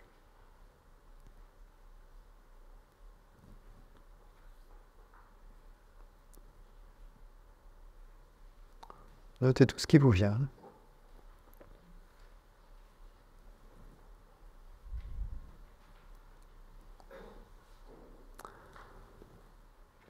Alors maintenant, remettez le lieu à sa véritable taille. Tiens, d'ailleurs, cette taille, elle est comment par rapport à vous?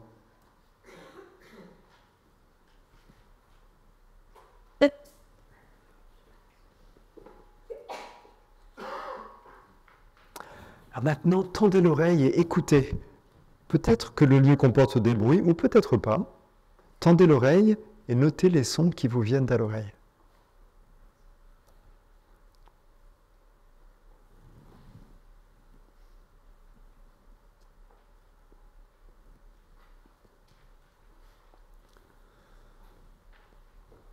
Maintenant, sentez le lieu.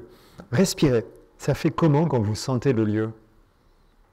Comment sont les odeurs qui vous viennent à l'esprit concernant ce lieu?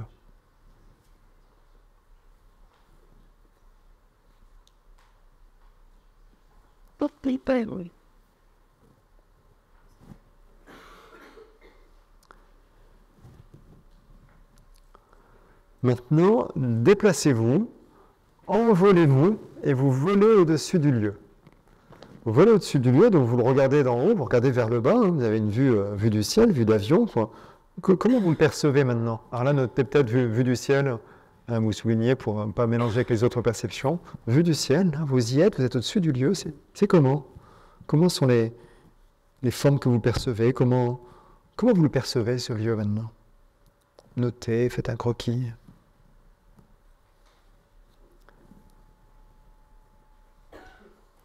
Si jamais vous percevez d'autres informations concernant ce lieu, vous notez. Ça peut être des couleurs, des odeurs, des sons, des textures.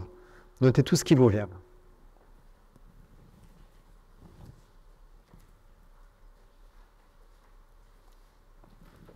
Alors maintenant, vous allez descendre au milieu du lieu. Vous vous mettez dans le lieu, en plein milieu. Vous y êtes. C'est comment? Là encore, ça peut vous venir de différentes façons. Ça peut être des formes, des couleurs, des odeurs, des sons, des températures, des textures. Notez tout ce que vous percevez, dessinez. Play-Doh.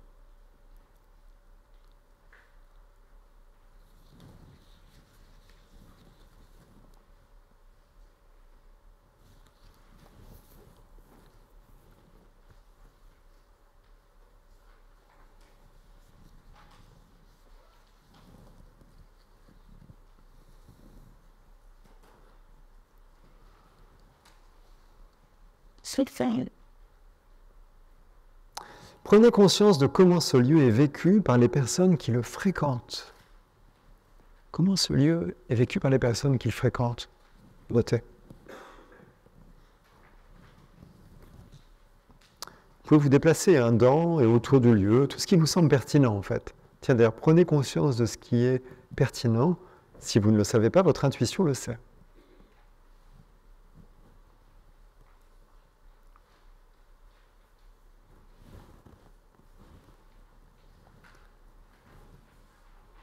Et enfin, j'ai une dernière question.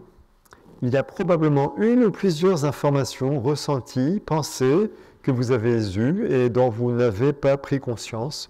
Donc maintenant, prenez conscience de ces informations et prenez le temps de les noter. Donc ça peut être des ressentis, des pensées. Qu'est-ce que vous savez de ce lieu que vous n'avez pas encore noté? Notez-le.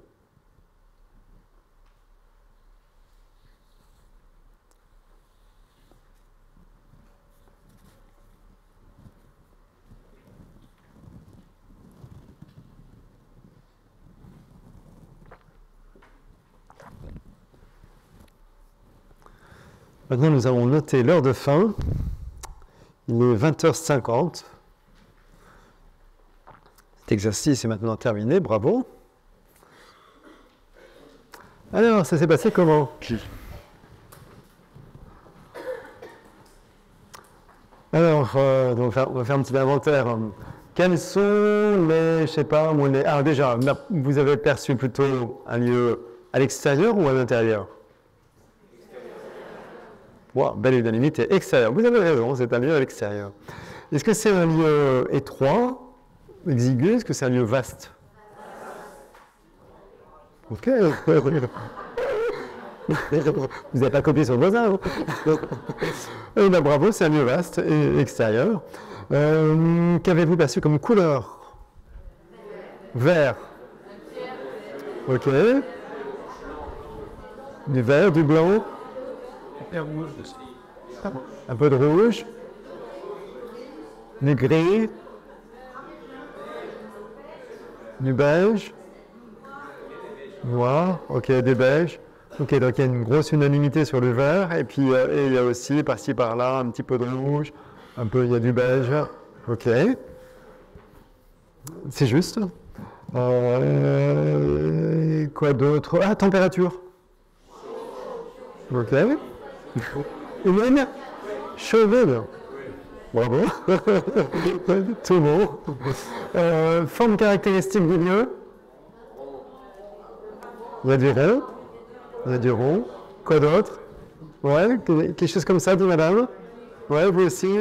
Vous aussi. Ok, une forme un peu triangulaire comme ça. C'est présent sur le lieu, en effet. Bon, bah écoutez, je vous propose qu'on regarde la photo ensemble. Donc elle va être décevante, une fois de plus. C'est la question, c'est de relire vos notes et de voir dans vos notes si oui ou non, il y a des éléments qui sont liés au lieu. Ok? Mais c'est le lieu numéro 1, Mathilde et Dorian, lieu numéro 1. Mettre sur le côté. Alors, la seule chose, c'est que vous êtes connecté au lieu et pas à la photo. La photo a été prise en journée et en ce moment, il est 5 h du matin dans ce lieu. Puisque ce lieu... Ah, je ne vous ai pas demandé s'il était proche ou loin, vous avez... Ouais. Ah oui, il est loin, vous l'avez compris maintenant. En l'occurrence, c'est en Indonésie. C'est un temple qui s'appelle le temple de la déesse des eaux. Voilà. Donc c'est un temple, on va voir dans une minute, qui est... C'est pas grave, on n'est plus à ça place. Après, prendre un autre taxi de sondage. C'est bon, voilà. Donc là, c'est en plein jour. Actuellement, il est 5 h du matin et j'ai regardé, le soleil se lève à 6 h, donc dans 1 heure, quoi. Le soleil se lève dans 1 heure. Donc il y a beaucoup de vert. Pourquoi? Parce que c'est un temple qui est construit sur un lac. Un lac et c'est entouré de collines verdoyantes, arborées, verdoyantes. Il y a en effet des formes triangulaires que vous êtes plusieurs à avoir perçues. Hein, c'est toits en forme de pagode. Ouais, le beige, ça peut être le bois ou l'auberge. Ouais, il y a un peu de rouge en effet. Ouais, il y a un petit peu de rouge. Un petit peu de blanc. J'ai regardé ce matin la météo qui ferait à Bali ce soir, et qui me disait que ce serait nuageux, et en fait il ferait beau à 6 h du matin quand le soleil se lève. Donc là c'est peut-être entre deux, je ne peux pas vous dire précisément. Bah, bravo en tout cas, hein. Bravo, félicitations. Je vais laisser quelques secondes pour la changer peut-être. Après, on va peut-être faire passer un micro dans la salle, comme ça, si vous avez des commentaires ou des questions. Et puis, on dirait quelqu'un commence aussi sur l'utilisation de l'intuition, peut-être sur le plan professionnel, par exemple. Et donc, je voudrais savoir, lever la main ceux qui ont le sentiment d'avoir eu de l'intuition sur ce lieu. Elle. Ok, bravo. Pas mal, hein? Bravo. Bravo. Alors, si jamais, je ne sais pas si tout le monde a levé la main ou pas, si jamais vous avez le sentiment d'avoir rien capté, surtout ne remettez pas en cause vos capacités intuitives, elles sont naturelles, vous ne pouvez pas ne pas avoir d'intuition. Donc, si jamais ça n'a pas marché pour vous, ça vient du moment où vous s'y prêtez pas, peut-être que je m'y suis mal pris, mais ça ne vient pas de vous. Okay. Surtout, n'arrivez pas à la conclusion que vous n'avez pas d'intuition, vous en avez forcément. Qu'est-ce qu'on... Oui. On va vous passer le micro. Ouais. Pardon, je voulais dire, c'est pas forcément ce temple-là, c'est tout l'environnement qu'il peut y avoir, un lieu de culte. Ah oui, bien sûr. Ça. En fait, c'est le lieu. Voilà. C'est pas le monument, on ne travaille pas sur la construction. C'est un élément du lieu, quoi. Donc il y a l'eau, il y a la forme ronde du lac, il y a toute la verdure autour. Ah oui, je ne vous ai pas demandé si vous avez capté des... alors, je n'ai pas posé de questions sur les émotions, mais je vous ai demandé dans quel état interne étaient les gens qui fréquentaient le lieu, quel état d'esprit. Vous aviez perçu des choses? Ah oui? D'accord. Oui, alors ça, c'était une interprétation. Ok. D'accord. Oui. Beaucoup d'énergie. Ouais. Oui, c'est un lieu qui est chargé, quoi. C'est un lieu religieux. Alors, madame. Est-ce que c'est juste pour dire que c'est vrai que moi j'avais vu un lieu plutôt intime, et moi je retrouve l'intimité et en fait le confort dans les donc pas vaste, mais moi j'avais vraiment perçu ce genre d'endroit. Du coup, quand vous avez demandé à la salle, je me suis dit ben non, en fait j'ai complètement vu, c'est pas tout ça. Et en fait quand je l'ai vu, j'ai pas été déçue Ah oui, d'accord. du tout parce que en fait j'imaginais quelque chose vraiment comme ça, de très apaisant, un lieu où on se sentait vraiment très très bien. Donc j'ai plutôt vécu la base, mais en écoutant la réaction de la salle en fait. Mais ça veut pas dire qu'il n'y a pas de juste, il n'y a pas de vérité. En fait. Non, complètement. Mais ça m'a fait une expérience assez étrange du coup. Je comprends, c'est intéressant. Hein. Moi je me souviens, ma fille aînée, quand elle avait 8 ou 9 ans, un jour elle est revenue de l'école et puis elle a dit à ma femme, tiens, j'ai des tickets de tombola à vendre pour la kermesse de l'école. Est-ce que tu veux m'en acheter, maman? Alors, ma femme lui dit oui, bien sûr, pas de problème. Puis elle lui prend le carnet à switch, puis elle s'apprête à détacher le premier ticket et puis remplir la switch du premier ticket. Et ma fille dit attends, je vais te choisir le ticket gagnant. Ma femme, pas contrariante, bien sûr, ma chérie. Mais ma fille, elle prend le carnet, elle tourne les pages, puis au bout d'un moment, elle dit ouais, c'est celui-là qui va gagner.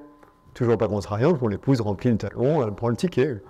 Puis une semaine ou deux passe, on se retrouve le jour de la kermesse, et puis je me souviens, on était un verre à la main, on a complètement oublié cette histoire de tombola. Quoi. Puis il y a une amie de ma femme qui lui frappe sur l'épaule et qui lui dit t'as regardé le tirage au sort? Non, va voir quoi. Donc on y va, et en fait ma fille avait eu le boulot. Un voyage à Disneyland en l'occurrence. Alors après on était allé voir, on lui a dit mais comment t'as su que c'était le billet gagnant? Et elle nous a dit c'était évident quoi, elle dit c'était celui dont le numéro brillait. Quoi. Et voilà, je pensais plutôt. Mais pour les enfants, c'est très facile. Ma fille, par contre, c'est un phénomène.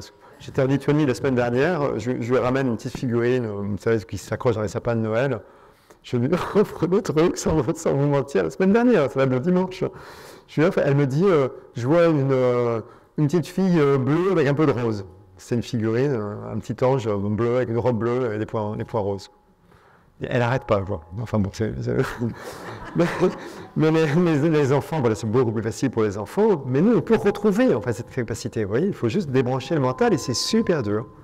Moi, je sais qu'il m'a fallu beaucoup de temps pour un jour me dire, mais finalement, c'est facile, il suffit d'être bête, quoi. Il suffit d'arrêter de réfléchir, de se dire, ok, il y a un truc qui vient, je ne me pose pas de questions, je note, et puis voilà, basta. Et c'est idiot, mais ça, c'est compliqué quand on a un petit peu trop développé le néocortex. Il faut juste se prendre, pas se poser de questions. Tout à l'heure, on a pu être influencé par les ondes de nos voisins. C'est une bonne question. Alors d'abord, pas les ondes, puisqu'apparemment ce ne sont pas des ondes, mais oui, je ne sais pas. Alors, en même temps, je dirais non, parce que les intuitifs professionnels, je pense à Alexis Champion, l'Institut Iris qui m'a formé il y a 7 ans, Alexis, lui, quand il travaille sur des trucs sérieux, genre il faut retrouver une personne disparue, ou des choses comme ça pour le ministère de la Justice, pour qui il travaille notamment, il travaille en double aveugle. Hein. Donc l'intuitif ne sait pas ce qu'il recherche, mais le guide, l'instructeur non plus. Vous voyez, double aveugle. Donc ça passe pas comme ça en fait. Votre voisine a dessiné le temple. À 20h38. Ouais. C'est normal. Non, pour moi, ça. Alors, je suis assez d'accord avec ce que Madame vient de dire. En fait, dans mes a priori, le dernier terme que j'ai indiqué, c'était temple. Alors, je vous entends, je ne sais pas où vous êtes. Si vous faites... Ah, ok, madame. Non. Je disais, je suis assez d'accord avec ce que Madame dit. Le dernier terme que j'ai marqué dans mes a priori avant de commencer à noter les éléments, c'était temple. Alors là, vous avez fait très fort, quand même. Et du coup, j'étais un petit peu embêtée, mais moi, ce que j'ai ressenti, c'était effectivement tout l'aspect brumeux, paysage au petit matin, l'errance. Et donc, oui, c'est assez, assez bluffant. D'accord, vous avez beaucoup capté. Bravo. Par contre, excusez-moi, une question par rapport à l'épigénétique et à la transmission, du coup, peut-être de ce que peuvent nous dire la lignée ou les ancêtres. Oui. Est-ce que c'est en lien avec l'intuition également? Honnêtement, j'en ai aucune idée. Quoi. Je peux pas vous dire, je ne sais pas. Merci. En tout cas, tout le monde a ça. Une fois de plus, on est plus ou moins facilement accès, mais ça se travaille, quoi. Ça se travaille. Vous pouvez vous entraîner avec votre famille, avec vos proches, vos amis. Oui, bonsoir et merci pour la démonstration que j'ai trouvée vraiment intéressante, assez bluffante. En lien avec cette dernière question, je pense qu'on a un public d'ingénieurs, donc ça joue aussi. Et je dirais que c'est une remarque que je fais sans malice, hein, mais c'est un peu mon système immunitaire intellectuel de cartésien. Voilà. Et ça concerne le cas d'espèce, l'exemple que vous avez pris. Alors évidemment, un temple, c'est très spécifique, mais ce qu'on voit, alors l'image n'est plus affichée, c'est dommage, mais il y avait effectivement plusieurs couleurs, du vert, du bleu, un peu de rouge, etc. Beaucoup de couleurs différentes, beaucoup de formes aussi, parce que on avait du rond, du ondulaire. Ah, merci. Il y a le rond du lac qu'on imagine, il y a le carré du temple, etc. À titre personnel, je me dis, ah oui, j'y ai trouvé, moi j'avais mis de l'eau, donc je serais content, j'ai un très bon score. Voilà. Mais est-ce qu'il n'y a pas trop d'éléments et que du coup on est trop susceptible de retrouver différentes choses, de dire, ah oui, je l'ai eu. Est-ce que la démonstration ne gagnerait pas à être encore plus spectaculaire en étant encore plus clivant, moins permissif, si vous voyez, dans ce que vous pouvez y retrouver? C'est mon sentiment immédiat, même si j'ai comme trouvé l'exercice très intéressant et assez bluffant. Non, c'est une très bonne question, mais en fait, c'est tout le jeu du choix des lieux. Bon, moi, c'est pas mon métier, hein, je fais ça par passion, vous l'avez compris. Mais les gens, c'est le métier, je pense notamment à Alexis Champion, il a l'Institut Iris. Bon, il a 100 ou 150 lieux en catalogue. Et il me disait, si tu le fais avec des amis ou avec des gens en conférence, choisis toujours un lieu qui a des caractéristiques précises, qui ne ressemblent pas à tous les lieux. Parce que sinon, évidemment, si je prends une rue de Paris, c'est sûr que ça va ressembler à toutes les rues de toutes les villes du monde, un peu de choses près. En tout cas, il y aura les mêmes éléments, quoi. Mais c'est vrai que c'est pas évident. Donc là, j'ai pris ça parce que, bon, non, je connais le lieu et je l'aime bien, mais c'est aussi parce qu'il y a un élément caractéristique, quoi, voilà. Avec ces constructions un peu triangulaires, il y a des éléments caractéristiques, quoi.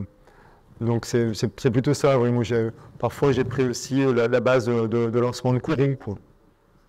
D'ailleurs, c'est marrant, ça, je l'avais fait en famille. Alors, il y a des années, il y a 7 ans, et là, c'est ma fille cadette qui était super jeune, Charlotte. Elle avait quoi, 5-6 ans à l'époque. Et en fait, mais à l'époque, je ne posais pas les questions comme ça, je leur avais enseigné la méthode. Donc, c'est assez besogneux. Honnêtement, c'est fatigant. Donc, elle n'a pas du tout aimé les jeux, quoi. Et elle n'a pas aimé les jeux, et au bout d'un moment, sans vous mentir, elle a écrit colère, elle a dessiné une fusée et elle s'est cassée. Je me jure que c'est vrai. Mais bon, c'est une enfant, c'est plus facile pour les faire. Qu'est-ce que cela vous apporte de vivre donc avec cette conscience de l'intuition? Oui. Qu'est-ce que ça a changé dans votre vie en fait? Alors, c'est une très bonne question, ça a changé beaucoup de choses. Moi, je suis assez créatif, mais je suis quand même très cerveau gauche. Moi, je suis de culture scientifique, j'ai évoqué tout à l'heure, j'ai fait des études financières, vous voyez, donc plutôt rationnel, cartésien, quoi. Donc moi, évidemment, ça a bouleversé ma vision du monde, à tel point, je dois raconter à l'une d'entre vous tout à l'heure, mais la première fois que j'ai fait cette expérience, j'étais à votre place, en fait, et que alors en appliquant la méthode, on a beaucoup plus d'informations et beaucoup plus précises. Donc quand j'ai vu que j'avais sous les yeux un résumé, parce qu'on doit écrire un résumé à un moment donné, et j'avais écrit une description très précise d'un lieu, c'était une cape d'affinage de fromage en l'occurrence, j'avais décrit les formes multiples, j'avais décrit les lignes parallèles, verticales et horizontales, les racks, enfin, les étagères, etc. Vous voyez, c'est très précis. Quand j'ai compris, d'abord j'étais déçu en voyant la photo, et quand j'ai compris que ma description était une description parfaite du lieu, je me suis mis à trembler de tout mon corps. Et vraiment, ça a bouleversé ma vision du monde, mon modèle du monde. Pour moi, ce qui venait de se produire n'était pas possible. Bon, alors, je suis habitué, quoi. Alors ça a changé beaucoup de choses. Pourquoi? Parce qu'avant, je vous disais, je suis quand même très cerveau gauche. Avant, moi, quand il s'agissait de prendre une décision, je n'écoutais jamais mon idée première. Nous, la question que Sylvie vous a posée tout à l'heure. Moi, souvent, j'avais vu une idée qui jaillissait. Je lui ai dit, attends, soyons sérieux. Je lis sur des critères, je ponte à des critères, je hiérarchise, poum, puis je prends une décision rationnelle. Et assez souvent, pas toujours, parfois ça marchait, hein, mais parfois, je trouvais même mal quantifié, d'ailleurs, parfois ça ne marchait pas. Et là, je me souvenais de ma première idée initiale, et je me disais, ah bah mince, c'est dommage que je ne l'ai pas suivie, parce que c'était la bonne. Donc aujourd'hui, quand j'ai une décision à prendre, et notamment, ça peut vous sembler choquant, mais notamment les décisions importantes, je ne vais surtout pas réfléchir. Je vais me dire, comment je le sens? Ça marche beaucoup mieux. Et vous savez quoi? Vous le faites déjà pour les décisions importantes. Et je suis sûr que vous le faites tous. Les grandes décisions de votre vie, vous les avez toutes prises à l'intuition. Quand vous avez dû décider qui épouser ou avec qui faire votre vie ou un bout de chemin, Vous avez fait une analyse critérienne? Vous avez listé les critères? Vous avez pointé, voir à quel point la personne est matchée ou pas? Mais non, personne ne fait ça. Même le plus scientifique d'entre vous ne fait pas ça, quoi. Bon, vous sentez que cette personne, vous avez envie de passer un bout de chemin avec, ou votre vie. Dans bien des domaines, on prend déjà les décisions comme ça. En tout cas, maintenant, je le fais tout le temps. Je peux même vous raconter 2-3 anecdotes. En septembre ou octobre 2019, mon éditeur m'appelle. J'étais en pleine écriture de l'intuition, justement. Mon éditeur m'appelle, il me dit « Est-ce que ton livre sera prêt pour le publier dans un an ?» Il voulait le publier en octobre 2020. Et je lui dis « Oui, il sera prêt, j'aurais fini à peu près dans 7-8 mois, je pense, à la louche. » Et j'avais à peine formulé cette réponse que je ressens quelque chose de très, très lourd dans mon ventre, et très lourd, mais que je ressens comme étant négatif, quoi. Et je n'ai pas cherché à savoir ce que c'était. J'aurais pu dérouler la méthode, essayer d'avoir l'information, mais ça m'a suffi, quoi. C'était négatif. Donc je lui ai dit, il était toujours au téléphone. Je lui ai dit, écoute Philippe, le livre sera prêt, mais je ne le sens pas du tout. Alors, il m'a dit, bah, écoute, si tu ne le sens pas, bon, c'est pas très rationnel, mais je ne vais pas te forcer, tu veux le publier quand, ce livre? Je lui ai dit, bah, écoute, on va décaler de quelques mois, je ne sais pas, en printemps 2021. Donc on l'a publié en avril 2021. Donc ça, c'était en septembre ou octobre 2019. 2-3 mois plus tard, le Covid apparaissait sur Terre. Et un an plus tard, en octobre 2020, la date donc prévue souhaitée par lui pour la sortie du livre, deuxième confinement, toutes les librairies de France étaient fermées. J'ai pas vu ça, j'ai rien capté de ça. J'ai juste senti qu'il ne fallait pas aller là-dedans. Ça me suffit. Et en fait, aujourd'hui, je l'utilise au quotidien, simplement au feeling. J'ai des décisions à prendre, voilà, comment je le sens. Après, je peux vous donner aussi une méthode utilisée par ma femme, que ma femme a mise au point, et elle est super bien, alors je vous la dévoile. C'est lorsque vous hésitez entre 2 ou 3 options, d'accord? Des options qui ont des conséquences pour votre vie professionnelle, d'accord? Eh bien, en fait, vous les positionnez au sol, et c'est une façon, en fait, de matérialiser l'intuition. Donc, vous allez dire, par exemple, on va faire une version courte, il y a 2 chemins, il y a deux options possibles, vous hésitez. Là, vous allez avoir un chemin vers la gauche, un chemin vers la droite. Et vous allez regarder le premier chemin et vous imaginez, en fait, votre vie, c'est la décision A, on va l'appeler la décision A prise, d'accord? Vous avez pris la décision A, vous imaginez votre vie, vous regardez votre vie, voilà, la décision A a été prise. Hein, vous ne projetez pas en disant elle serait prise, non, elle est prise, c'est au présent. Hein, le futur n'existe pas, voilà, vous êtes au présent, la décision est prise, et puis symboliquement, vous allez marcher sur cette ligne qui représente un peu votre ligne de temps, votre ligne de vie, et vous imaginez ce que vous ressentez, là, à nouveau. Moi, je dis dans le ventre, pour vous, ça peut être ailleurs, hein, mais qu'est-ce que vous ressentez en parcourant cette ligne de vie? Voilà. Vous avez pris cette décision, c'est comment votre vie, ou votre vie professionnelle, au boulot, ça se passe comment? Qu'est-ce que vous sentez? Après, vous retournez là, hein, vous changez un peu de posture pour remettre tout à zéro. Deuxième chemin, deuxième décision. Pareil, vous imaginez, vous avez pris la décision, elle est déjà prise, ça y est, elle est prise, c'est ce choix que vous avez fait. Ok, vous parcourez votre vie, votre projet, c'est un projet professionnel, ça se passe comment? Vous le sentez comment? Et puis après, vous retournez à la case départ et vous comparez, quoi. Qu'est-ce que vous avez ressenti dans un cas ou dans l'autre? Si c'est pas probant, à ce moment-là, appliquez l'autre méthode, mais en général, c'est très probant. Donc ça, c'est quelque chose que j'utilise assez souvent aussi, quand j'hésite entre 2 ou 3 voies, quoi. Au travail, moi, je comprends qu'on puisse hésiter à utiliser l'intuition. Moi, je les vois bien se mettre à faire ça au travail. Pardon? Je les vois bien faire... alors, on lance le produit. On lance pas. Donc, tout à l'heure, je me souviens plus des résultats du sondage. Après, on vous passera la parole dans une minute. Le sondage sur est-ce que vous l'utilisez sur le plan professionnel. C'était pas très élevé, c'était quoi? C'était 15-20% quand même. Alors, à la fois, c'est à la fois beaucoup. Non, il y en avait 60 qui disaient tu crois? Ok, ouais, mais c'est vraiment un public averti. Quoi. Parce que la plupart du temps, en fait, les gens qui l'utilisent au travail ne le disent pas. Hier soir, je reçois un mail d'un médecin anesthésiste qui me propose de faire avec lui une conférence sur médecine et intuition en juin prochain à Saint-Malo. Je lui dis oui, ça va être fun. Et il me dit dans son mail qu'il travaille à l'intuition, qu'il se garde bien de le dire aussi bien à ses hiérarchies qu'aux patients. Et il m'a même dit, je mis dans le, et il a mis entre guillemets dans le marc de bétadine. Ça s'invente pas. Donc plein de gens l'utilisent, mais ils n'osent pas le dire parce qu'ils ont peur de ne pas être crédibles. Mais normal. Et vous n'êtes pas obligé de le dire d'ailleurs. Madame. Oui, moi j'avais une question parce que ce que je trouve particulièrement troublant, c'est la non-immédiateté. Et parce que là, par exemple, le temple, il est où? Enfin, je veux dire, c'est pas comme un objet qui serait dans la pièce d'à côté. Il est sur un PowerPoint dans un ordinateur. Non, il est en Indonésie. Oui. Parce qu'en fait, vous êtes connecté. Non, mais parce qu'en fait, vous êtes connecté au lieu, pas à la photo. Ah oui. Je vous raconterai l'anecdote après. D'accord. Bon. Vous voyez. Ouais. Quand je me suis formé avec Alexis Champion, moi j'ai passé 3 jours en tête-à-tête avec lui. En fait, pour tout vous dire, il est venu me voir il y a 7 ans. Je donnais une conférence à Paris, je ne sais plus quel thème. Il vient me voir à la fin, je ne le connaissais pas. Il me dit, voilà, je suis un spécialiste du remote viewing, je propose de vous former pendant 3 jours en tête-à-tête. Je savais ce que c'était que le remote viewing, parce que j'avais lu un article. Ça m'intéressait. Maintenant, moi, un inconnu vient me voir, me propose de passer 3 jours en tête-à-tête. Je suis un petit peu sur la défensive. Puis même, j'avais beaucoup de choses, donc j'ai un peu botté en touche.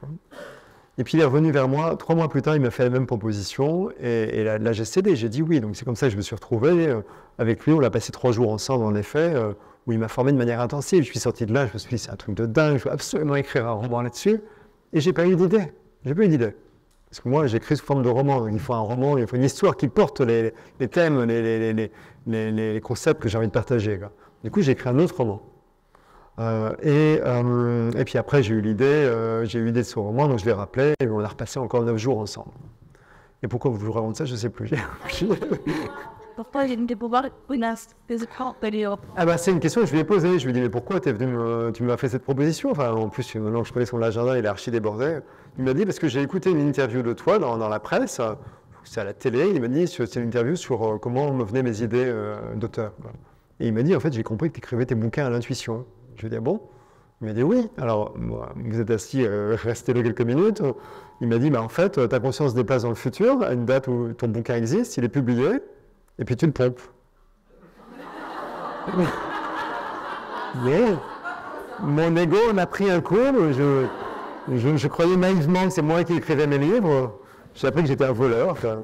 Et en même temps, ça a donné du sens à un phénomène que je trouvais toujours très bizarre, qui m'a étonné jusque-là, donc pendant des années, parce que c'était pendant à peu près... j'écrivais depuis 10 ans, à peu près, quand il est venu me voir. À savoir que moi, j'écris en 3 phases. Il y a des écrivains qui écrivent comme ça, spontanément, comme Amélie Nothomb, par exemple. Elle a écrit directement sur une page blanche, en plus elle écrit à la main. Ça part comme ça, quoi. Moi, pas du tout. Moi, il y a 3 phases. J'ai d'abord une phase créative. Il y a même d'abord le choix du thème, et ça, c'est facile. C'est le thème qui m'habite, ce que j'ai envie de partager. Après, il y a le choix de l'histoire. Ça, c'est 1 an pour moi. 1 an, c'est trouver l'histoire qui porte ça et trouver les scènes. Et qu'est-ce qui se passe? Et puis après, il y a une phase de plan, et ensuite une phase d'écriture. Mais dans la phase créative, les scènes me viennent dans le désordre le plus total. Et ça m'a toujours troublé, parce que c'est bizarre. J'ai une idée sur le début, puis après j'ai la fin, puis le milieu. Et puis souvent, j'ai des idées d'ailleurs qui, a priori, n'ont aucun rapport avec la choucroute. Moi, j'accueille, je note. Et puis, mais je me dis, mais ça n'a aucun rapport. Mais je note, j'accueille tout. J'ai des grandes feuilles de papier à dessin, donc je note ça, parfois sur des post-it, comme ça je déplace. Bref. Et toujours, au bout d'un moment, au bout de parfois 6 mois, 7 mois, il y a l'idée qui me semblait incongrue, qui n'a aucun rapport avec l'histoire. Non seulement elle a sa place, mais elle est nécessaire. Elle est nécessaire, vous voyez. Donc ça ne pouvait pas être un calcul de ma part. D'ailleurs, si j'ai 2 minutes de plus, je peux vous raconter une anecdote concernant le livre que j'ai écrit quand je n'ai pas trouvé d'histoire pour intuition. C'est un roman qui s'appelle « Je te promets la liberté », qui parle de typologie de personnalité. Et c'est un roman qui se passe sur un bateau. Donc, dès le début, voilà, l'idée me vient, ça se passe sur un bateau-restaurant. Puis le bateau-restaurant, il est à Marais, sur les quais de la Saône, à Lyon. Il ne quitte pas Lyon, il reste à Marais, sur les quais de la Saône. Et très vite, mais vraiment peut-être au bout de quelques jours, une idée me vient à l'esprit, c'est l'héroïne, c'est une femme, elle est originaire de Djibouti. Ok, j'accueille, je note. Et puis au bout de 5-6 mois de travail, je me dis, moi j'aime bien que les choses aient du sens quand même, donc elle est originaire de Djibouti, pourquoi Djibouti alors que le bateau il reste à Lyon, enfin, ça n'a pas de sens. Donc je lance une recherche étymologique sur Djibouti, moi je ne connais pas Djibouti, et j'apprends que ça vient de l'arabe ancien, que je ne parle pas, et que ça signifie, est-ce que le bateau est arrivé? Ça ne sort pas de mon cerveau, vous voyez. Ah, c'est ça. Ok. D'ailleurs, j'ai une autre anecdote sur ce même bouquin. Je suis très copain avec Bernard Werber, vous savez, les fourmis. On se voit régulièrement, on se raconte des tas de choses, mais on ne se parle jamais des livres qu'on est en train d'écrire. D'autres choses intéressantes à se dire, quoi. Et puis en plus, je suis hyper secret. C'est-à-dire, même sous la torture, je ne vous révélerai jamais ni le thème ni l'histoire de mon prochain livre. Je suis ultra secret là-dessus. C'est presque la superstition. Mon éditeur ne connaît rien jusqu'au jour où je lui remets le manuscrit. Bref, ce livre, je le publie le 4 ou 5 octobre 2018, et Bernard publie un livre, par hasard, 2 jours avant. On s'offre nos livres à parution à chaque fois. Son livre s'intitule La boîte de Pandore. Je me plonge dans la lecture de son bouquin, dès que je le reçois, et là, je tombe sur les fesses. Mon livre se passe sur un bateau-restaurant, son livre se passe sur un bateau-restaurant. Mon bateau porte un nom mythologique, bon, pas très original peut-être, Pygmalion, le sien, porte un nom mythologique aussi, La boîte de Pandore. Mon histoire, c'est l'histoire de quelqu'un qui change de vie tous les jours sous hypnose en changeant de personnalité. Son histoire, c'est l'histoire de quelqu'un qui change de vie tous les jours sous hypnose en visitant les vies antérieures. Je n'ai pas d'explication. Je ne sais pas si j'ai répondu à votre question, du coup. En fait, ce qui est intéressant, c'est aussi... ma question aussi me pose question. Propre fonctionnement. Parce que c'est vrai que c'est assez difficile à croire, tout ça, ces liens entre le passé, le présent, le futur, l'Indonésie, ici... Non, mais c'est très déstabilisant. Hein. C'est très déstabilisant, honnêtement. Ouais. Et ça me fait penser aussi au livre L'Anomalie. Oui, mais je ne l'ai pas lu. Oui, j'ai une question par rapport à nos peurs. Où êtes-vous? Est-ce que nos peurs peuvent influencer notre intuition? Excellente question. La réponse est non, ça n'influence pas, mais il est super utile pour vous de distinguer entre vos peurs et vos intuitions. Sinon, vous ne monterez peut-être plus jamais dans un avion. Oui, c'est que vous avez dit ça. Chaque fois que vous allez prendre l'avion, vous dites mais tiens, mais il ne faudrait pas qu'il tombe. Mais si c'était une intuition, c'est mort, quoi. Voilà. Okay. Bon, ceci étant dit, quelqu'un m'a dit un jour, il travaillait dans l'aérien, il était contrôleur du ciel, machin. J'ai pas pu vérifier l'info, je crois sur parole, il me dit que les statistiques des compagnies aériennes montrent que heureusement, très rares fois où il y a un crash aérien, c'est à chaque fois le vol pour lequel il y a eu le plus d'annulations de dernière minute. Et donc apparemment, il y a des gens qui ont une intuition. Quoi. Donc bref, distinguer peur et intuition. Oh merde. Alors, ça demande un peu d'expérience, mais après, c'est très simple. La peur, elle naît dans la tête et elle descend dans le corps. D'accord ? Si vous avez le trac, vous pouvez trembler, ça va se manifester dans le corps. Mais la peur, elle vient, pas sauf la peur qui montre un danger réel, bien sûr, mais la peur, création de notre esprit, elle naît dans l'esprit, quoi, elle naît dans la tête, d'accord ? Et ça se manifeste après dans le corps de différentes façons. L'intuition prend le chemin inverse. Elle naît dans le corps et elle remonte à l'esprit. Donc, avec un peu d'expérience, vous faites très facilement la distinction entre les deux.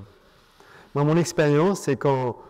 Alors, c'est peut-être limité à certaines intuitions, je ne sais pas, mais par moment, j'ai des intuitions, c'est juste, je sais que c'est comme ça. Il n'y a pas de doute. J'ai aucun moyen de le savoir, mais je sais. Vous voyez ? Ça vous est déjà arrivé, forcément. Forcément, ça vous est arrivé. C'est le sondage de Sylvie tout à l'heure. Le téléphone sonne, vous savez qui c'est. Ça vous est tous arrivé. Vous savez qui c'est. Et ce n'est pas forcément votre maman qui vous appelle tous les jours. Hein. Ça peut être un ami qui vous appelle au téléphone depuis 8 mois. Moi, ça m'est arrivé une fois avec un ami américain, je n'avais pas eu le téléphone depuis 1 an. Quoi. Le téléphone a sonné, j'ai entendu la sonner, je savais que c'était lui. C'est le téléphone fixe, hein, il n'y avait pas d'écran. je savais, mais il n'y avait pas l'ombre d'un doute. Je n'étais même pas formé à l'intuition à l'époque. Je le savais, c'était une certitude, une évidence. Quoi. Donc, voilà, on arrive à distinguer au bout d'un moment et la distinction est pertinente. Donc, merci de la question. Dans l'exercice qu'on vient de faire, si on accepte le principe de l'intuition, personne dans la salle ne savait quel était Dieu ou n'en avait la moindre image. Et où est-ce qu'il se situait géographiquement sur le globe? Selon vous, on s'est connecté, et c'est pas visualisé, c'est le lieu lui-même dont on ne savait pas la moindre idée de ce qu'il était, c'est à votre visualisation de ce lieu. Comme je le disais tout à l'heure, les intuitifs professionnels travaillent en double aveugle et ça marche, donc ça ne vient pas de la personne, en fait, apparemment. Mais en même temps, c'est bien moi qui ai choisi les lieux. Donc, c'est bien passé par moi à un moment donné. Là, pour vous, j'entends. Si c'était un objet dans la pièce d'à côté, je peux me dire que je me connais un espace qui est à côté. Oui. Mais là, je ne savais pas où il était. Oui, tout à fait. Il y a peut-être aussi qu'elle est Oui, et c'est ça qui est gênant par rapport à cette affaire. C'est comme on n'a toujours pas réussi à montrer comment ça fonctionne, bah, du coup, ça garde une part de mystère, même si ça a du charme, on me dirait. Quoi, mais ça garde une part de mystère et du coup, c'est un peu gênant, en effet. Est-ce que les rêves sont de l'intuition ou est-ce que excusez-moi. Est-ce que l'intuition développe des rêves ou est-ce que les rêves sont de l'intuition? J'en ai aucune idée. Il y a forcément certains rêves qui sont de l'intuition, sont les rêves prémonitoires, qui existent, clairement. Enfin, moi, j'en ai été témoin avec mon épouse, par exemple. Je ne vais pas vous raconter, c'est pas intéressant, mais les rêves prémonitoires, c'est de l'intuition, évidemment. Maintenant, tous les rêves ne sont pas de l'intuition. Je ne sais pas ce que c'est que les rêves, personne ne le sait. Il y a plein d'interprétations, notamment psychanalytiques, évidemment, mais je ne sais pas s'il y a un lien entre les rêves et l'intuition. Je ne sais pas. Je ne sais pas. Non, je ne sais pas. C'est un autre débat. Alors, mais intéressant. Merci beaucoup. Je crois qu'on peut applaudir Laurent. Merci. Merci.